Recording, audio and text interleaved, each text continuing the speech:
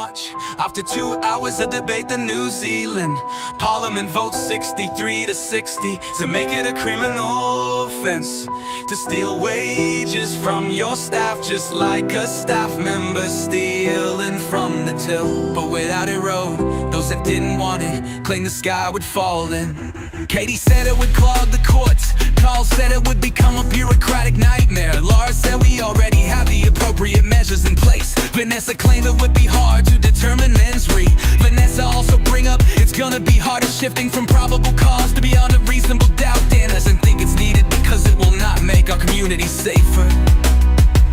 Grant doesn't want it because he doesn't want to have a police officer knocking on his door because Mrs. McCullum forgot to hit pay now when doing the wages. Katie doesn't want thieving employees to suffer reputation damage, stopping them from exploiting employees in the future. But stealing from your staff members' pay packets is now illegal, just like stealing from the bosses to wage theft. No more, thanks to Camilla and Ibrahim for bringing the crime theft by employer amendment bill. Tiana supporting the bill because an honest day's work deserves a fair day pay. Mark proud to cast New Zealand first swing vote to the bill. Took you to say this law united us under one law for all. Ricardo applauding that it's common sense to have wage theft as a criminal offense. Jenny pointing out wage theft is a constant, persistent problem in New Zealand. And Phil said this will be the perfect bill for a civic education, such as the Order Paper podcast. And stealing from your staff members' pay packets is now illegal, just like stealing from the bosses to wage theft. No more, thanks to Camilla and Ibrahim for bringing the crime theft by employer amendment bill to the House. And on Thursday, 13th March,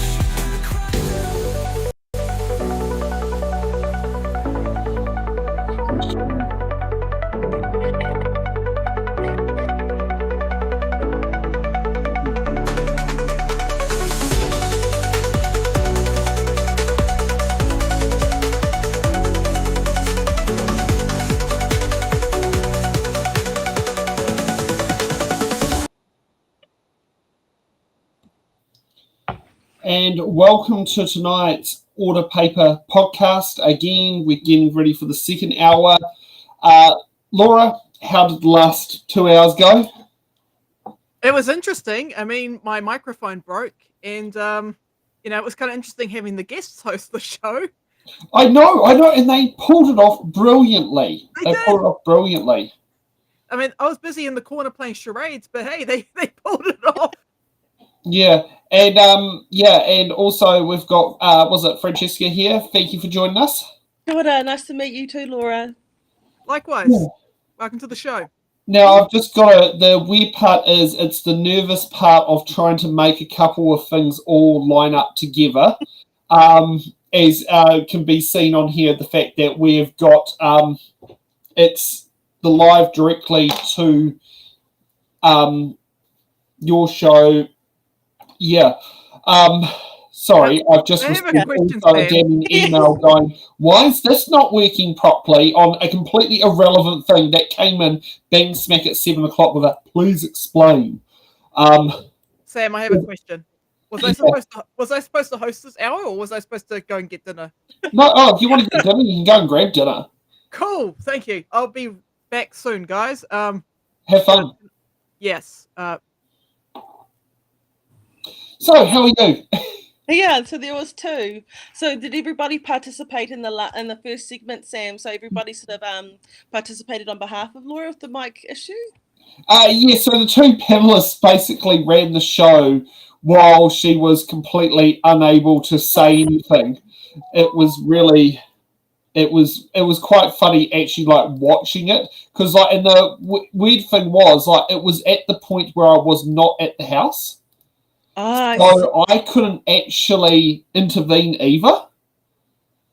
So it was more of a collaboration. We had a bit of like an iwi collaboration and a collective going on there to make sure that in essence was being spoken about. But I think most people want to participate in anything that is of good and for community. So it would have been a good test run for everybody to be a part of it.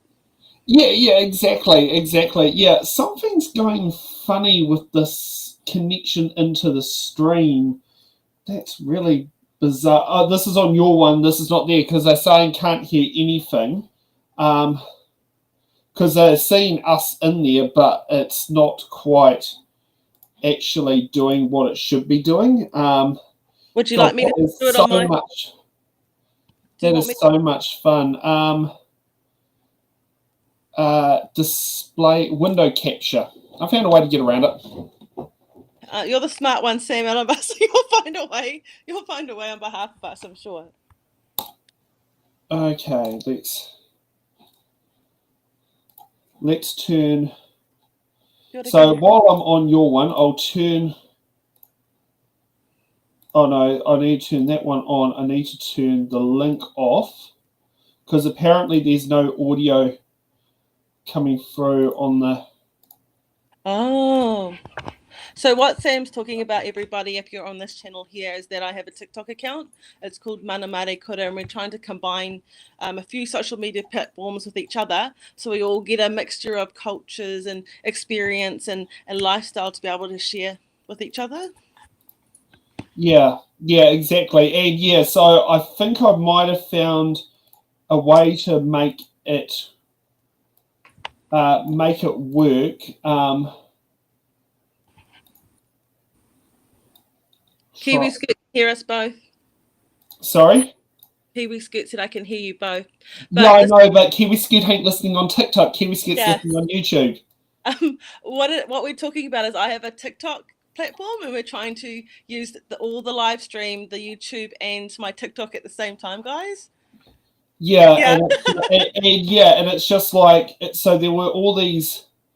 So these were all these little tweaks that were made to try and make things work. So I'm trying to literally screen share what's happening on our one right now, but I'm not sure if it is transmitting sound. That's the only problem. And it's one of those things that it's something like you don't sometimes know until something's gone wrong until you actually are live, like this sort of scenario. And like the annoying part is I'm trying to get somewhere and it's literally giving me, like, trying to make it all work. It's not exactly it's working. So those on the You're not just a pretty face, Sam. I had faith in you the whole time. Okay, so those on the TikTok, please comment that we've got sound and I will be absolutely wrapped. Me too, because I want to see you guys in here. Yeah, I've had Missy Gill did mention that, got sound. Thanks for that. And for those who, we've managed to make this hybrid work. This is an absolute fun part, trying to make things, pull it off on the fly. It's quite weird, and I'm not used to having a TikTok window on one screen and a restream window on the other, which you guys on the TikTok stream can literally see what's on my TikTok window at the moment on what's happening. So I've got to make sure that when I get around to different things, I don't end up changing things around. So I can't really do much playing on the computer like I'm used to doing. But yeah, it's interesting because it says on your one it says 257 viewers. So I'm quite wrapped with the viewers that we've got seen there. So this is trying to. And kia ora to everyone on our platform. Our TikTok platform is all of ours. It's not mine. It's for all of us. We've all built that together. And you have a say. Your voice matters. And that's why we've built that big community as a platform. So no mai, haere mai, welcome on in. Let's become one big happy family today, everyone. Let's just be a beautiful collective. Yeah, and I've learnt something with this lovely shared screen drama. As soon as I go and put my mouse on this side of the screen, it definitely works differently to how Restream's windows work. So it's a little bit annoying. As you can tell, I just sat back with my coffee, Sam, because I don't know anything technological. Oh, exactly. I mean, yeah, it's just what it is. I mean, we can't. It's interesting how you try to pull things off. It's definitely very different. And for those who are watching, let's kick off with the start of the show.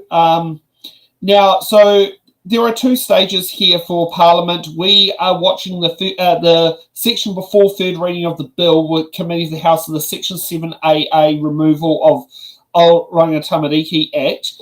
And so Committee House is the last chance to make amendments to the bill. You have a bit of a question answer section and that sort of thing happens. So let's kick it off and let's see how our Minister for Children performs. Our current one. Our current. You think she might be going to get given the boot at some point?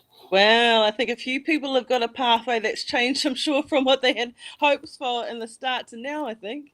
Oh, yes. Okay.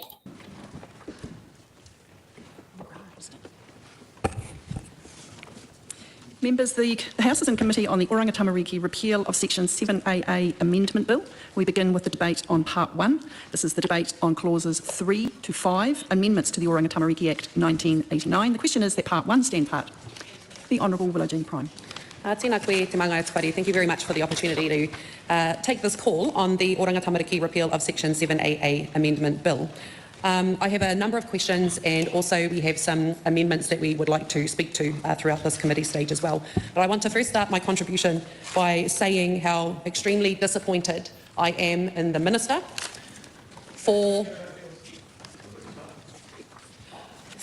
failing to listen to the majority of submissions that were opposed to the repeal of Section 7AA, by not listening to the evidence that Section 7AA will cause harm to tamariki Māori.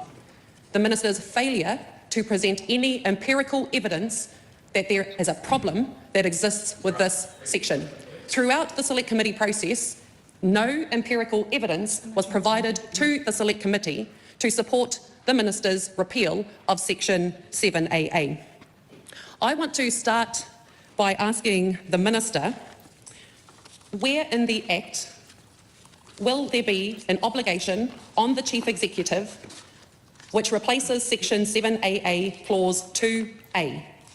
Because in the repealing of this Act, that entire section is being removed and there is no proposed amendment by the Minister to address this issue. And Madam Speaker, this is an important clause that is being repealed because the whole purpose of Section 7AA was to ensure that the duties of the Chief Executive set out in this section are imposed in order to recognise and provide a practical commitment to the principles of Te Tiriti o Waitangi.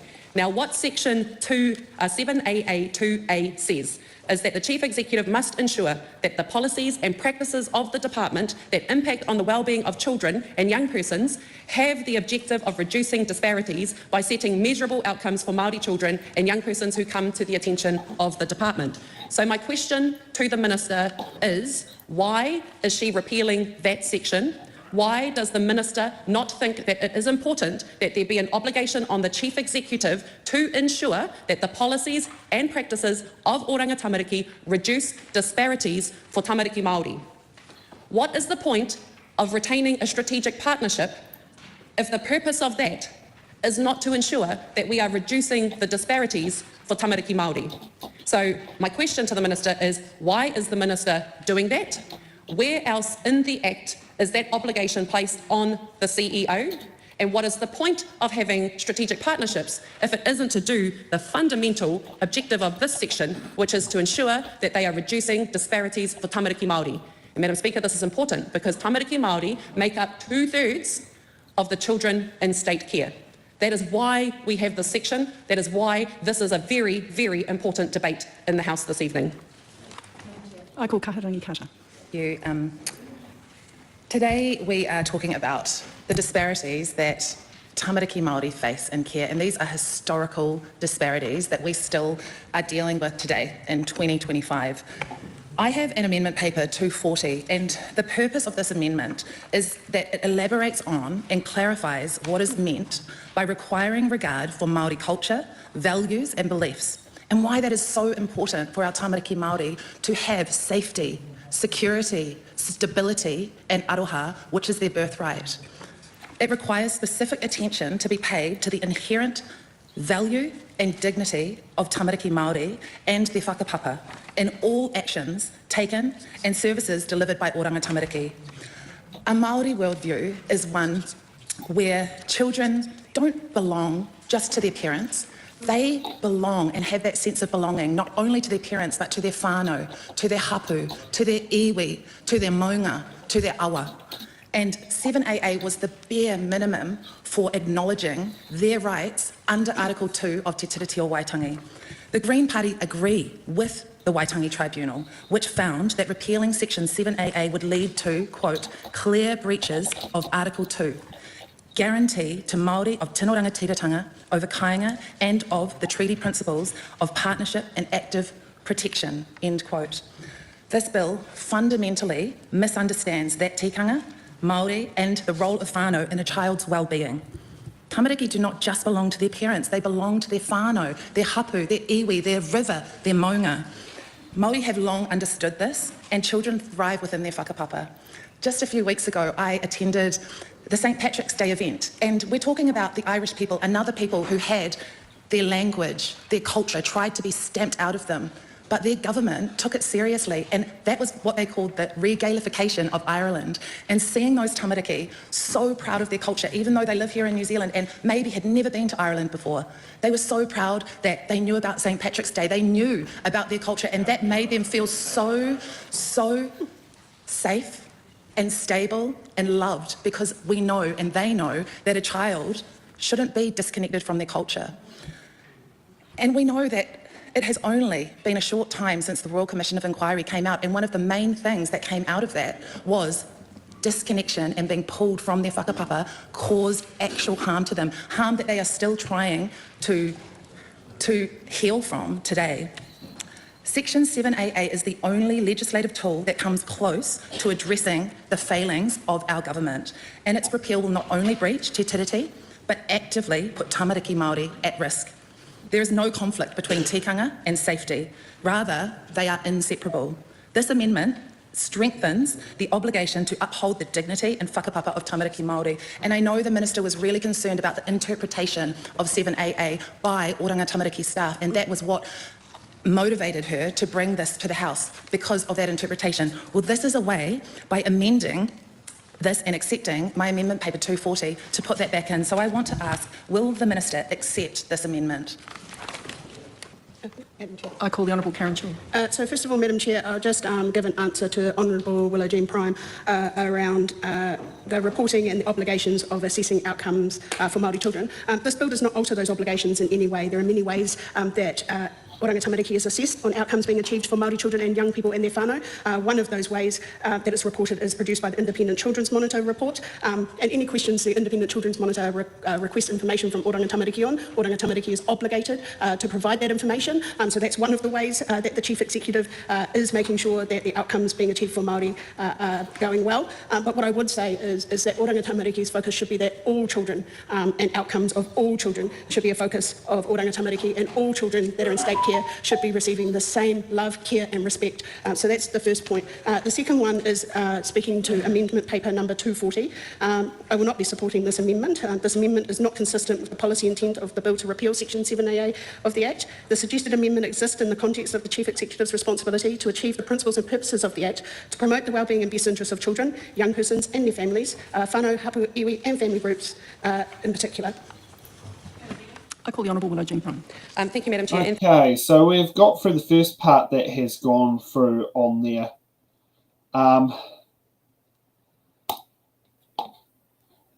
So you got a question there from Willow Jean Prime. You got a question there, got a question and amendment, but basically from Willow Jean Prime and from Kahurangi Carter. One of the MPs is from the Labour Party, the other MP is from the Green Party, and the Minister basically flat out rejected the proposed amendments. Not surprised. How would you like to make a commentary on that? If I can just start off first off, I mean, how are you going to trust a government that tries to get out of a contract or an agreement that they've made with people? First of all, so for me personally, I don't trust anybody who's going to make an agreement or a contract, then as soon as it benefits themselves, they just want to opt out of that. So already the authenticity of what this government wants, just showing from that article, shows exactly what they've done to this country. And I'm really saddened to hear from the current minister that it's there to protect all tamariki. Since when did tikanga or protocols of Māori, te ao Māori, the world of Māori, not be there for all children. Since when did Māori say that we only want our Māori tamariki to be looked after? In fact, Te Ao Māori is for everybody, like what Kahurangi Kara said.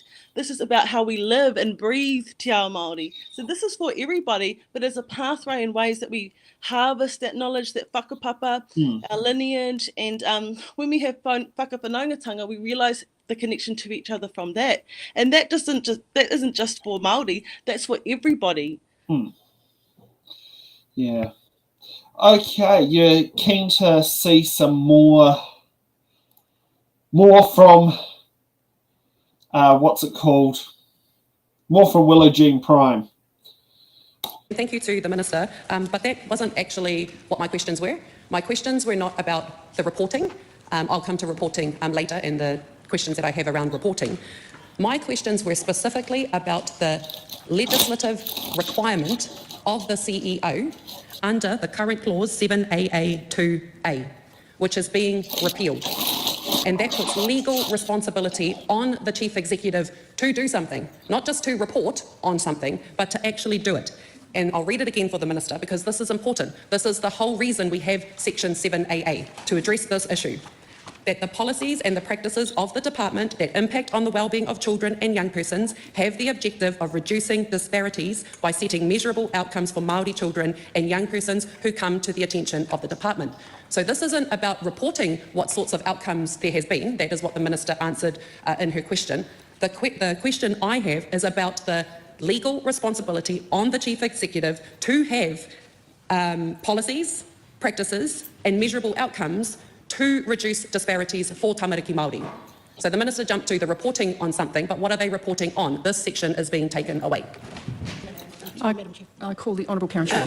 Madam Chair, I think I've made it very clear that I do not feel it's necessary to have separate obligations based on race. We should be treating all our children with the same level of respect and care and making sure that they are all taken care of in a way. And the Chief Executive has an obligation to the Independent Children's Monitor to report on those disparities and to have multiple reports and multiple obligations, adding more red tape to how we deal with this and writing reports rather than actually doing our job is not accomplishing that.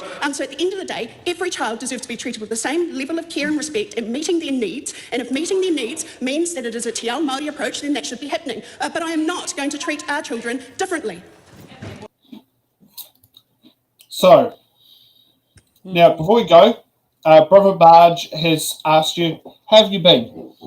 Oh, I've been great, thank you, Robert. How have you been? Thank you for joining us and coming in. It's great to hear from you. Oh, now, back to the real fun part. Karen's answers. God, how ironic that our Minister for Children is called Karen. And I agree with what you're saying, Kiwi-Birb. That was something I was just about to raise. If you look at the mana in which you can see Kahurangi Kata and the Labour MP holding themselves, and then you can look at our minister at the time, it's very aggressive, it's very attackive. So, I mean, if you've got that sort of level of, I guess, ahua or presence there, what's happening in Oranga Tamariki as it is now, and I think what she's saying is we don't want to do this modality, the Māori tikanga way, because we want to care for all children. But once again, when I say kia ora, life vitality upon you, how does that harm anybody that isn't Māori? How does it harm anybody that's tau iwi to share that? In fact, how are we going to measure, if they get away with this, how are they going to measure, like they said, the Chief Executive, how will we make sure that this person is being tika true and to what they're doing? And what are they going to replace Te Ao Māori or Tikanga Māori, the protocols with? They don't even have a plan for that. They just want to X whatever they can without a substance or a strategy or a plan to help our children. Yeah, no, okay. Next up, we have we got Takuta Ferris. This is going to be interesting. Point of order, Takuta Ferris. Kia ora tēnā koe, Madam Speaker. I'm sure last year we were all told that we can't wear our party emblems and things in here. But I see the leader of the ACT Party is over there with an ACT pin on his chest. Thank you for pointing that out. Kia ora. Are the ACT Party members wearing any noticeable? Yes, indeed, Madam Chair. I forgot that I put it on, and I'm really pleased to see Te Pāti Māori trying to uphold the protocol of the House instead of drag it down for a change. Madam Chair.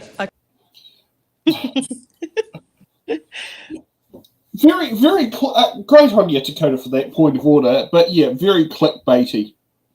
Yes. I think from that pure example there, I mean, when you've got people who are disregarding even the rules within Parliament and then trying to execute by axing anything else, you can actually see the behaviour traits of the current coalition and government and what they're trying to do in tactical.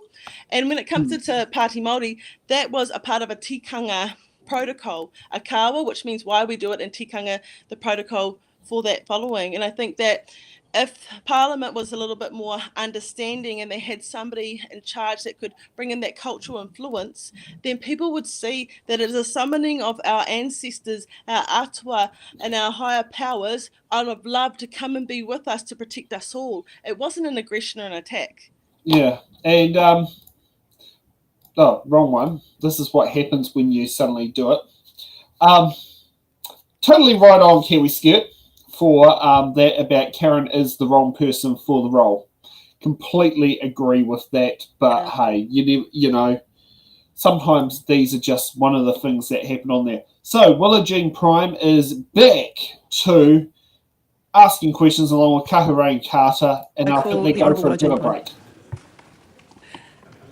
Minister, in that response, the Minister said that she doesn't believe that there needs to be separate or specific policies for different ethnicities or race or so on in her answer. My question to the Minister is, given that Māori make up 2/3 of the children in care, does the Minister not think that it is important to have a requirement on the Chief Executive to look at policies and practices that would reduce those disparities for tamariki Māori? That doesn't exist for everybody else because they do not make up 2/3 of the care system. The Minister referred in her answer, Madam Chair, to reporting on all of these things. But what is the point of having a report if there is no legal obligation on the Chief Executive to actually do something about it? Let's be very clear. The Minister, in repealing this section 7AA, is very clearly removing the obligation on the Chief Executive to reduce disparities for tamariki Māori. I want to understand from the Minister why she doesn't think it is important to have that legal obligation on the CEO for tamariki Māori who make up 2/3 of the care system. I call Kahurain Carter. Thank you, Madam Chair. I also want to speak to my amendment 241, which talks about the obligations of the Chief Executive. Now, responsibilities, pay attention to what that means for tamariki Māori. What is focused on is what is addressed. And this needs to be enshrined in law because we know that tamariki Māori are not treated equally. We know that because history has shown us over and over that tamariki Māori have been let down by the system. And I'm sure the Minister has been party to far more documents and information and empirical evidence than we have. And I really implore the Minister to look at that empirical evidence because I believe in all of our ability to decipher between empirical evidence and evidence. And that is what we're talking about here. When we, it is not good enough to just expect something to be reported on and to leave it up to the Independent Children's Monitor. When something is enshrined in law, it happens. And with the CE being responsible for the disparities that tamariki Māori face, that means that those disparities can actually lessen. And that's the goal, right? You know, wouldn't it be amazing if we didn't have to have it? If in fact that would be the ideal. But at the moment, what the Minister is asking us is to walk around in a pitch black shed with a torch, all shining at these issues, shining a light on the darkness which happens with in-state care. But what we need to do is have that Chief Executive turn on the lights so we can see the whole picture of what is happening and shine a light on all of the darkness so that our tamariki Māori can have everything that they deserve. All of the safety that I know the Minister has said that she's really, really focused on. To have the stability that all of our tamariki deserve and need, and that aroha. Because when we boil it down, that is what all tamariki need. Safety, stability, and aroha. And when we look at the evidence, we can see that when we have reported on these things, when we have reported on the disparities of tamariki Māori, actually the proportion of Māori tamariki in care has reduced. It is working. So the concerns that the Minister has about 7AA, well, let's keep the really cool stuff that's in 7AA. The stuff that means that tamariki Māori are connected to their whānau, are connected to their culture, and that the CE is responsible for making sure that those disparities continue to decrease. I want to know about why this proposed repeal of Section 7AA, which the Minister has raised concerns about, particularly around those statutory duties of the Chief Executive to ensure that the policies and practices of the department being the regional offices of Oranga Tamariki, and any services and outsourcing for community providers and partnerships actually have the objective of reducing disparities of tamariki Māori, because isn't that what we're here for? To make sure that all tamariki are treated with that safety, stability and aroha. But by having the lights off and just pretending that doesn't happen and ignoring that 7AA actually has helped reduce those disparities is doing a disservice to our tamariki. Time has expired. The time has come for me to leave the chair. The committee will resume at 7:30. Thank you. Thank you.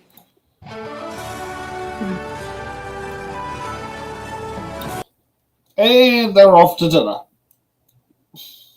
Oh, welcome back, Laura. It's good to see you back. Yes, and my dinner break is now over. I was waiting for that. I'm glad you're back. I guess the same statement I'm making again. What is good for Māori is good for everybody. And Māori never said we just want our Māori children to be looked after and nobody else's kids. Because when we look at a framework of Māori, te ao Māori, that's everybody. We're all in that waka and in that navigation together. Yeah. And if you haven't got a replacement strategy, then what are you trying to do? You don't even know what you're going to measure that against. And second question is, who's the CEO to this lady? Are they friends? Because if you don't want this person to be held accountable with the safety of our children, all of our children in Aotearoa, known as New Zealand, all of our children, are we friends? Is something happening in the background? Have we had coffee? I don't know. I mean, it just puzzles me. Like, people go, oh, it's unequal to have special treatment or whatever for Māori, and I'm like, okay, then why don't we just expand this for all kids then? Yeah, I think Chinese kids deserve to know where they've come from. I think Irish kids deserve to know where they've come from. I think this should apply to everyone because community is important for stability. I mean, we had this mindset before they gave women the right to vote.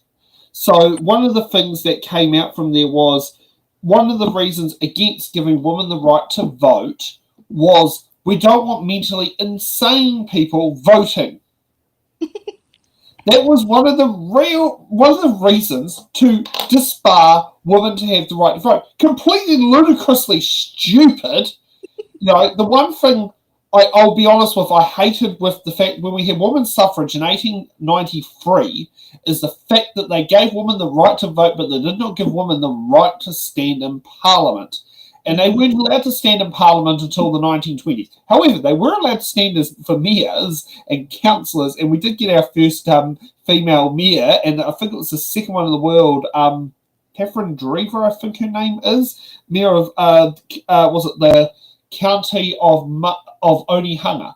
But I mean, it still took there, and it still took to having that, like, by the time we finally got a female MP was Catherine McCombs in 1932. It still took a long time. And I mean, and till we got a wahine in the seat wasn't until 1949, after her husband died in a car crash, and she went, screw this, I'm going to become the local MP, took Western Māori and held the seat for the next seven terms. Well, love is the highest frequency, and I mean, you can go to war for love when you care and want to protect people. I guess it comes down to the principles of Te Reti o Waitangi, which is protection, participation, and partnership. And I think when you are coming to this with this agreement from the Oranga Tamariki Act of 1989, and we're working on this together, then all of a sudden you want to ditch out of something that we've done together. How can you trust that? How can you trust that somebody is willing to ditch a document of partnership and agreement just all of a sudden? I mean, is that trustworthy behavior of integrity? No, it's not. No, it's not. It's not at all. Some of the great comments that are coming here on the TikTok. Shout out from Spain, from Danny Karma. You're an amazing woman. Molly Top Gun said, I thought I've seen you in Glen Innes today. Ooh. Actually, I was at Glen Innes today. I was at Marae. Yeah, I'll be honest. We weren't in Glen Innes because if I had a landline, would have an 04 telephone calling phone number, and Laura would have an 06. Do your parents still have the landline connected? Kia ora, everybody on my TikTok. Hi, Matt. It's good to see you. Thank you for jumping on. And I don't mean this to come across as in any way disrespectful, but what is Karen's actual nationality? What is her culture? I think she is Māori. She is Māori, but I think she was raised in Australia. No. She was raised in SIF's foster care. Okay, so for me, this is sadly a classic example when you don't have whakapapa identity. This is why Karen's lost, because she hasn't had that pathway back to her homeland, to her marae, to her iwi, where she comes from. Otherwise, she would understand how important that is.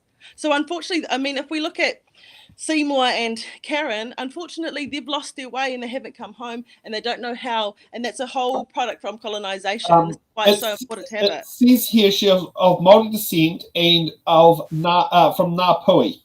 Okay. Born in Australia, moved to New Zealand as a baby, first living with her grandparents in Kaio before moving back to her mother's on the North Shore at age 5. She regularly ran away from home and ended up in foster care, which she stated as a reason for her interest in addressing homelessness and child poverty. She worked in property management prior to becoming into politics. So this is from her own Wikipedia page. I got a question, Sam, to jump in. How do you think, if Section 7AA was around when she was a little tamariki, how do you think the course of her life would have ended up? I think she would have ended up with her grandparents. Yeah. Yeah, and thank you, Laura. And that's sort of the point I wanted to make was this is a clear example. We can see it internationally and nationally. This is what happens when you have that. I mean, let's talk about it, a spiritual umbilical cord to you, because you're always tied to your whakapapa, your ancestry and who you belong to. And everybody's ancestry is important and everybody has that sort of mana inherited gifts. Whether you're Pōiwi or whether you're Māori, everybody has that. And I think establishing this protocol with tikanga, that works for everybody else too, to find your way home. This way, I didn't know my whakapapa until I was an adult. I didn't know that I didn't even know what iwi I came from. I wasn't raised in foster care or anything, but my mother didn't know. She was cut off from that side of things. And it took until I was in my early 20s to understand, oh, I'm actually descended of one of the first rangatira in the South Island to sign Te Tiriti. Okay.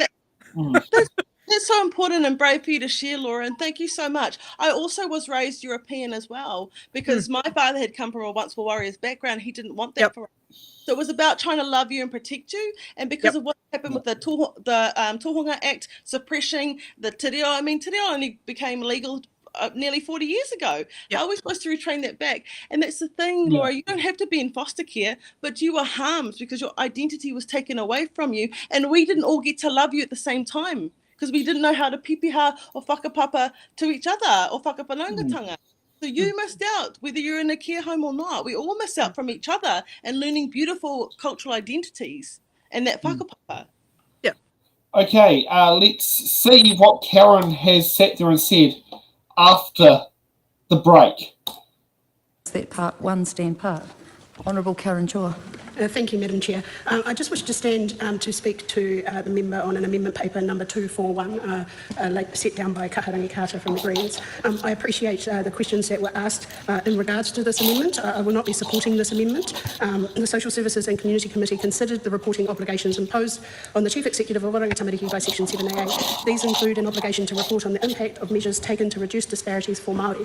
By majority, the committee was satisfied that there are sufficient mechanisms outside of Section 7AA for reporting outcomes outcomes for tamariki and rangatahi Māori produced by both Oranga Tamariki and the Independent Children's Monitor, the majority recommended that no amendments to the provisions in the bill around reporting duties. I'd like to also include that there are other ways that this is reported upon. These include the annual report on outcomes for Māori children and young people in their whānau, the State of Oranga Tamariki system report to be released at least once every 3 years, which requires an assessment of outcomes being achieved for Māori children, young people and their whānau, and the annual compliance report against the National Care Standards and Related Matters Regulations 2018. These standards set the standard of care for all children in the care, and achieving these is a priority for Oranga Tamariki. We also have several reports from Oranga Tamariki, including its annual report, which refers to measures performance against standards agreed as part of the annual appropriations, its quarterly report providing regular updates on progress towards ministerial priorities, its strategic direction, a key appropriation performance measures, among other matters. This report is publicly sets out how the ministry is making a difference for children and young people and their families. We also have the annual Safety of Children in Care report, which publicly reviews and measures the findings of harm for Māori children and young people in care. Now, in one of the questions or speeches prior to the dinner break, there was a comment made that we didn't listen to the submitters. I would like to just push back against that, because I actually went away and I did listen to the submissions in regards to the reporting. And I asked Oranga Tamariki questions around what do we report on, how many reports are made, and there were multiple reports that reported on just this. I also asked what kind of resources does it take to do the report that the Chief Executive is obligated to do right now. And the resources were around 4 FTEs to get this report put together. I believe that those resources are better allocated elsewhere. We're actually putting the services in front of the young people rather than writing about it. Honourable Willow Jean Prime. Okay, so She heard and ignored. those who are watching TikTok would have quickly seen Laura's comments. Now, would you like to say it? Yeah, no, she listened all right, but it went through one ear and out the other. That's the problem. It didn't stay in her head. The other problem is that she heard and said, well, I'm going to ignore you anyways, because it doesn't fit with my bias and my life experience. And, I'm the center of my own universe. And look, you can see it in the narrative. She's just repeating herself. Like, if you really sit there and you think about what the essence of what her conversation is, the corridor, it's just like a record going over and over. Like, we've rehearsed this for a couple of days before we've come in here, and I'm going to stick by that because I can't think independently. So for me, it's like, where are these reports that magically just arose from nowhere? And how do we make sure that they're ethical? Were they available in your research on the bill, Laura, to actually get these magic reports that are being talked about? Or are they just... I got access to the regulatory impact statement like everyone else, and it said that there's no evidence that Section 7AA puts kids in harm's way. No, I mean, like, this is... No one talked about these reports in the last government either, because they didn't exist. And so if we're not going to hold the chief executive accountable, then we're just going to let our friend do whatever we want, and we're going to make up stuff throughout the way, because who's making sure it's ethical? Who's making sure that in auditing these reports to make sure that this is being measured on an outside level as well, because you have to have something to back up ethicalness, because, I mean, greed and corruption goes everywhere throughout society. So where is the backup for auditing these, and where do these magical bills or research these come magical thought reports come from? I'm just wondering if... I think I know where they are. Now, I point to my head, but I'm implying it's Karen Charles' head. Yes. Is where the reports are. And I see her standing there with a talkie, which is a pounamu, a greenstone from Te Wai pounamu down in the South Island. And a talkie is about building relationships. And so to me, it's like such a substandard to have a talkie, a pounamu talkie on your chest saying you want to build relationships, which is part of Te Titi o Waitangi of partnership working together, but you're going to wear that, but you're going to say something completely opposite. And to me, that shows how much knowledge Karen has about Te Ao Māori, about her whakapapa lineage. And so why are we trusting somebody who doesn't even know about Te Ao Māori to tell us that we shouldn't have Te Ao Māori? If you don't know what it is, how can you say you can't have it? You haven't really been ethical in your own practice of that. It's not pono, it's not right or true. Yeah, I mean, I hate to say it, Te Ao Māori to her is probably once were warriors. I think Te Ao Māori was... She probably thinks her being dead being Jack the Muss. Yeah. I think Te Ao Māori for her was some Māori guy dumped her and this is what's happened. You know, that's what I feel like. It's just sad to watch. It's like, I don't have a magic wand. Now, let's get to... Now, we're going to skip Willow. We've heard enough from Willow. Let's hear from Maramino Kapakingi. A point of order, Marimiro Kapakingi. Thank you. I hear it. I hear the direction from the chair, Madam Speaker. But I just the point about it being very emotional. I get that too. But we're talking about Māori children, and there's only very few Māori in here. They can actually relate and understand that single fundamental issue. So my colleague, these two on the side here, think that they can discuss it up like white men often do, because they come at it like it's a white man talking to a Māori woman about Māori children. So that's the point of order. I'm speaking to no one else but the Madam Chair. Thank you. Thank you for that point of order. I was just going to make a statement on that point of order. Do understand, actually, the very point that people are wanting to make points from their different perspectives, and I'm trying to make sure that we're not attacking each other through this. It's always going to be a little difficult. I think I had someone else who wanted to speak to the point of order first. Just to point out, I think that's actually highly insulting to be calling race into question in that point of order. Plus, we're actually discussing the welfare of all children. Are we?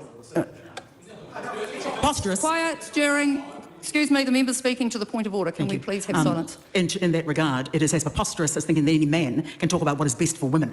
And every woman in this house right now will understand exactly what I'm talking about. So when the two on my left think that they can tell me, as a Māori woman, what is best for Māori children, they will always be wrong and outruled as such. Thank you. So what I'm asking for, in terms of this debate, given that we're not going to agree, I'm asking for respect across the House. Understand it's emotional. Just let's not beat each other up through this process. We're going to get to a place that we're not going to agree on. But the point of this is actually to ask the Minister questions, not to beat each other up as a Parliament. Ka haringi kata. What the hell? There's a lot of double standards on when we're going to allow people to talk over people there. I mean, but this just raises a point. I mean, Schrodinger's race. Yes. And like, Sam, can I ask what your pronouns are? Him, he. So do you think that a woman can speak on behalf of men? Do you think a woman can come and speak on behalf of you? So why is somebody who has no knowledge or connection or really real evidence from magical fairies of that whakapapa lineage, why are we listening to somebody speak on behalf of people they know nothing about? Exactly. I mean, put it this way. You two could be Hana and Maramena, and I'm Todd with whatever that other guy. Like, literally, if we look at this panel right now, that's literally the ethnicity in a roundabout way of what it is there. And I'm stuck in the middle with you. Yeah. I know. I mean, in the middle. It's just a clear, it's human rights, in fact, because we've got somebody speaking on behalf of people they know nothing about or have no connection, but we're going to use the title of being Māori in order to do so. I didn't use it, and I mean, put it this way. I'm sixth generation Kiwi. There is the very distinct possibility from when six grandparents ago to now that there could be something Māori in there. But at the same time, when I had my mum keep telling me to put the towel into tauranga and told off for it, it sits down there doing it. And the stuff that, like, I remember what my mum used to sit there and say about how Māori are handed everything, left, right, centre, all sorts of things there. And finding out, well, actually, that's not true at all. I'm just waiting for something to be handed to me. Yeah, I'm just wondering if the magical report fairies could come over and mow my lawns tomorrow, because I would love that. If Karen could just direct those magical fairies over here, I'd love it. You know, it's ludicrous to me that this is even a topic. And when you see kahurangi speaking, everybody's speaking in the background, and I don't see the speaker shush anybody or give her the same respect. And just because her ahua is gentle, and might I just say, kahurangi kata is an all-star to me, a damn queen. So, but I hear her speaking gently and with love, and everybody's talking in the background, but I don't see the speaker hushing them. I mean, look at all the theatrics throughout the whole process. Yeah. Is it really pono? Is it really fair? Is it on neutral or not? Yeah. Okay, let's see Kaharangi Carter's next question to the Minister. Thank you, Madam Chair. So I'm speaking to Clause 4A, bracket 1AAA, which is part of my amendment 241. And I do ask again whether the Minister will accept this, because I want to talk in response to a few things that the Minister has talked about in her answers. So the Minister outlined the reporting that is required of Oranga Tamariki, the independent children's monitors and other bodies, none of which are enshrined in legislation. None. And we know that our laws have to reflect the country that we want. And the Minister has said that she wants our tamariki to be safe and to have stability and to have everything that they need to thrive. And when we're talking about reporting annually or reporting quarterly, it really ignores the everyday, day-to-day operations that are going on, the everyday care that we have for tamariki and the need for the CE to be responsive to that. So for example, the Independent Children's Monitor brought out a scathing report just a few weeks ago. So naturally, what will happen at Oranga Tamariki and other bodies will be that there will be changes to processes and policy. And what's really important is that the CE has a legal obligation under our law to actually respond to those discrepancies that happen for Tamariki Māori, which were outlined clearly in that report. And by saying no, we don't need to have that law in there for reporting, it takes away that real opportunity to have the CE have an overall view of what happens for these tamariki, because that report showed us that these tamariki aren't getting educated. They're not enrolled with a GP. There are so many things that are happening that really need us to take seriously that what is reported is what is addressed. And by only doing that annually or in these quarterly reports really takes away from the importance of the CE having it in there. Now, I want to respond also to the Minister talking about the 4 FTEs.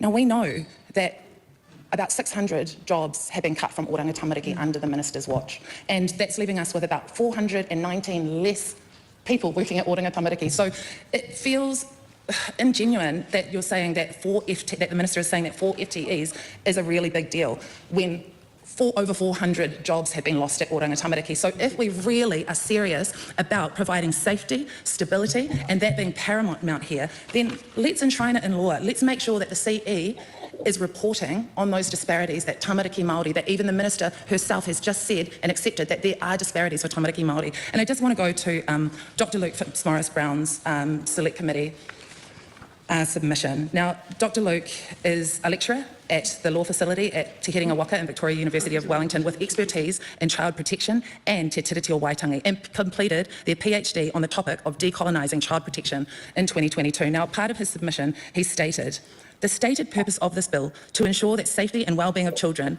in care is paramount. Overall, as I'm sure my submission makes clear, this misconstrues how the law operates, as Section 7AA in no way undermines safety and well-being." And he adds, "I oppose this repeal." So I ask the Minister again to please reconsider my Amendment 241, because we've worked really hard to listen to what the Minister wants from this bill, and this amendment will go a long way to achieving the purpose. Thank you. Honourable Karen Shaw. Thank you, Madam Chair. This will be the last time I answer to this question because I've answered it multiple times. But what I will say is that ICM reports are a statutory obligation. The ICM has the power to require, and the power for the ICM to require the information from Oranga Tamariki is a statutory obligation. And the CE has a legislative obligation to respond to the ICM. And the ICM reports on these issues. The other area around the standards, when I talk about Māori having disparities within Oranga Tamariki, we know we have a high level of Māori children that come to the attention of Oranga Tamariki. What happens before they become to the attention of Oranga Tamariki is the responsibility of not just government, society and multiple agencies to get involved before they get to the point where they end up in Oranga Tamariki. But when they do, we need to make sure that we are meeting the standards for these young children, and we know we're not. And that needs to be the focus for all children within Oranga Tamariki. Now, Oranga Tamariki has an obligation in many places to report on multiple things, and the national care standards are one of them. They have a legal obligation to report on the national care standards, and there's around 80 of these national care standards to make sure that we are meeting them. What I want to do is focus on making sure we are assessing these children for what they need, and when they have those needs, that we're meeting them. And Oranga Tamariki needs to get that focus back. And this is the intention of this bill. Get back to the core purpose of Oranga Tamariki, which is to make sure that we have the care and protection in place for these children, and also making sure that we are getting young people who come to our attention in front of the right people. And that's what these strategic partnerships and enabling community programs are about. They are about making sure that we are putting these young people in front of the right people who can meet their needs. And I take the point of the chair of the Select Committee pointing out that the one thing that the submitters really did want to keep was those partnership and enabling community programs, and the very party that's supposed to be fighting for that voted against it, which I really can't understand why a party that wants things done for Māori would vote against the strategic partnerships for Māori and the enabling communities for Māori staying within the bill. I mean, that's where we listened to what the submitters were saying and what they wanted, and we agreed to those changes. So I think we need to be very careful with accusing people of nitpicking at little bits and pieces, because honestly, for the party that talks about wanting to do things for Māori to vote against one of the biggest things that they asked for is actually quite disappointing. Honourable, I'm so confused by everything she just said. How do you protect children when you cut jobs? And how do you protect children when you give Oranga Tamariki limited time to present a full report? Like, Total she's not Laura. protecting anyone. Total Laura. Yeah. If you look at her, she keeps reading that same piece of paper. Yeah. If you look at Kahurangi Kata, she's speaking from the heart, from the mana ore, for the people and the passion for it. You look over at Karen, she's just reading on the refill that someone next to her has written for her. She is not even thinking for herself. Yeah, I think that is so completely right. Yeah, I think she has been given talking lines from Atlas. And given talking, wherever she got them from, she needs a refund. Bad. Yeah, yeah. But sorry, Sam. Sorry, Laura. But also, can we ask for these reports to be made public? Can we all have a look? Because if it's not the care of all of our tamariki, should it not be transparent for all of us to see? Where are they? Where are they? Just remember, I think they're in her head. Yeah. I think whoever's writing next to is probably writing up. I mean, she doesn't even talk about statistics or percentages or anything, or deterioration or any kind of movement. It's just like it's bad, it's bad, it's bad. Where's the evidence? I mean, here's one report that I've just highlighted here that people can click on. That's the regulatory impact statements. Thank you so much. And I mean, if you come back to Te Riti o Waitangi, we're talking about partnership, protection, and participation. So where is that wrong at any place? Where does those three values ever make it unsafe for any other child that's not Māori? I mean, they're making it into a racial war instead of sharing what's there. It's to me, it's a cognitive decision to consciously separate us so then they can carry on doing what they're doing under the table without us all noticing. And the closer we come together, the more aware and woke we're going to be doing that together. And that's the Māori way together, you know? Yeah, it's like Section 7AA. It's not hurting any other kids of any other ethnic group. It's benefiting Māori kids. So why are we revoking it? No other kids are at risk of getting harmed. Māori kids are getting better outcomes. And thank it's you, a win-win. Laura. And what's wrong with making it? What's wrong with supporting a child through your pipiha? And if everybody doesn't know that pipiha is about your lineage, where you come from, you get to learn what yours is. If you come from Scotland or wherever it is, it gives you a sense of identity. What other tikanga or other module can you do that suits everybody through a tikanga way? What's good for Māori is good for everybody to find your identity. All of us are lost. I mean, we've got a lot of people who've come through from colonisation that don't even know what their crest is from Scotland or their sort of their whakapapa there. We have all lost from this. We are all trying to find our identity, and everybody has different gifts. If we all come to the table with a glass of water, we wouldn't be thirsty, but we'd all go hungry, and that's the whole point. Yeah. So this way, I know where I come from, where my ancestors came from in England. I researched all of that. I know my whakapapa, my English side as well as my Māori side. You know, I don't know how many people of English descent actually know their ancestry. I can trace my family tree back 1,000 years to England. And I'm proud of you, Laura, and you've had to do the work. But what if we had these sort of pathways through tikanga modules like pipiha and whakawhanaungatanga that's suited for everybody to find their way to their different homes? Isn't that what we all want? Do we want us all to thrive together? That is kaupapa Māori right there. It's like, doesn't matter if you're Māori or Pākehā, everyone can learn about where they've come from. We're all a kaitiaki for our children. Kaitiaki means a guardian for all children, not just mine, but if I see your kid over there and they don't have a sandwich, I'm coming over there with a sandwich too. They're getting a sandwich whether they want it or not. Okay, let's a Marmite sandwich. Yeah, let's see what Penny Henare and Marita Mino Kapakingi has got to say. Thank you, Madam Chair. To the Minister's contribution just then what's the point of throwing the baby out with the bathwater? If the Minister is prepared to sit there and accuse members, in particular of the opposition, of cherry-picking matters within the bill that we choose to support, then we've raised this from the start of this government's plan with regard to 7AA about throwing the baby out with the bathwater. But I'm going to leave that there, Madam Chair, and I want to bring the attention of the House and the Minister to a number of questions that I have with respect to 4A Section 7 amended duties of the Chief Executive. And I want to touch on two key points here. One there, it says there in the proposal of the bill, it says partnerships with iwi and Māori organisations, and then it says including iwi authorities, as if to differentiate between an iwi authority and an iwi. So this begs the question that I have for the Minister and the officials here to support her, or who support her, is the definition of iwi. What does that mean for those who are, if the definition is what I suspect it will be with respect to settlements, for those that are yet to settle, for those that who present, whether it be through resource management and other matters, to be representative of iwi. Just a little bit of guidance there from the Minister on that particular matter. It is a broad term, and the Minister is that committed to making sure she gets it right. We want to make sure that in her working with others in this most important sector, that she's working with the right people. Madam Chair, then I come down to the third point there. Enable the robust, regular and genuine exchange of information between the Department and those organisations. Madam Chair, I wonder if the Minister is of a mind to extend the definition of information to include clear data. And there have been a number of challenges to this government about, and previous governments to be fair, about what data sets are shared, the protection of data, how crucial that data is to make informed decisions and to make sure that they're able to support the people that they're there to support.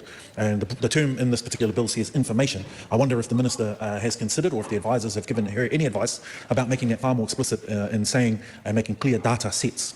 Or is this just a broad sweep information that the Department is willing to share and has the discretion of doing so? That's of huge concern. If you're entering into a strategic partnership, you want to make sure that they've got the information, they've got the data, they've got all the things to make sure that this is a successful strategic partnership, and not one still simply run by the Department, which continues and has continued over many years to let communities down, whānau down, tamariki down. So just two clearer points for the Minister. One is around iwi, the other one is around the expression of information and whether or not that extends into data. And I think those are two important questions that the Minister can help us to understand the broader aspect of the plan that she's tried to describe in her contributions, not just in this particular committee of the whole, but throughout the whole passage of this entire bill. Madam Chair, so I'll leave those questions on the table for the Minister's consideration. Maria Mino Kapakingi. Ngā tātou te whare. Just to start with this context. I worked in children and young persons and their families, which was called SIPS back then in 1989-1990, registered as one of the first family group conference coordinators, was a care and protection social worker and youth justice social worker. So all of what we discuss here now, probably there's very few in the House that understand it like I do. So when I'm running this line and when I'm talking the way I'm talking, it's not because I'm talking through a hole in my head, it's because I'm smart and experienced. And I've been a Māori for a while, so I can talk to those things with clarity. And I'm not traumatised by it. I'm not traumatised by it. All right, so I want to put that context there.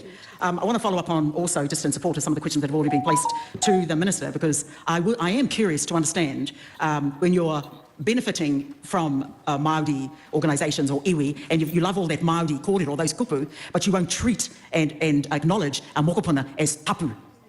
And you won't because you can't understand. Well, actually, let me just ask you, if you understand what te tapu or te mokopuna, I'd really be interested to know what you understand and how you can articulate that in the context of this bill. Because if you can do that, that might be really useful for me to understand and fathom where this is at. These are important questions because the core of this is about mokopuna, their tapu, their whakapapa and their whanaungatanga, despite the fact, Minister, that you yourself might not recognise it in you. Therefore, I don't think this is actually a government bill, so let's not make personal attacks on the Minister. It is a government bill. Yes. Thank you, Madam Speaker. I do get that, but it is held tightly by a minister who at times has borrowed her whakapapa and nearly held it up with a flag, and then suddenly Stop. I'm not going to wait for the point of order. I think, can we please go back to the piece of legislation and not focus on the Minister? You know what, Madam Speaker, it's just, see, that's the missing piece that is completely misunderstood, or the huge gap of knowledge on the other side of the House. You cannot separate those things. You cannot separate them. So that's why when I'm standing up to be this and talk like this, it's not because I'm still talking, so I'm going to keep. I have a point of order from Laura McKillua. Thank you, Madam Chair. I want to seek some relevance on the previous member, and if we could just stick back to the bill, I believe she's completely irrelevant. Yeah, I'm watching for the questions and I'm just waiting for some answers, but I am concerned we're going back to where we were about 15 minutes ago, where we're starting to actually point the finger at each other and move away from the legislation. So I would like this to move clearly to questions to the Minister, not comments about the Minister, because actually this is a government bill and the government is totally responsible for the fact that this bill is in front of the House today. So can we please focus on the piece of legislation and can we please focus on questions? I know it's hard, it's very narrow, but Maria Mino Kapakingi. Thank you. Thank you. Thank you for clapping.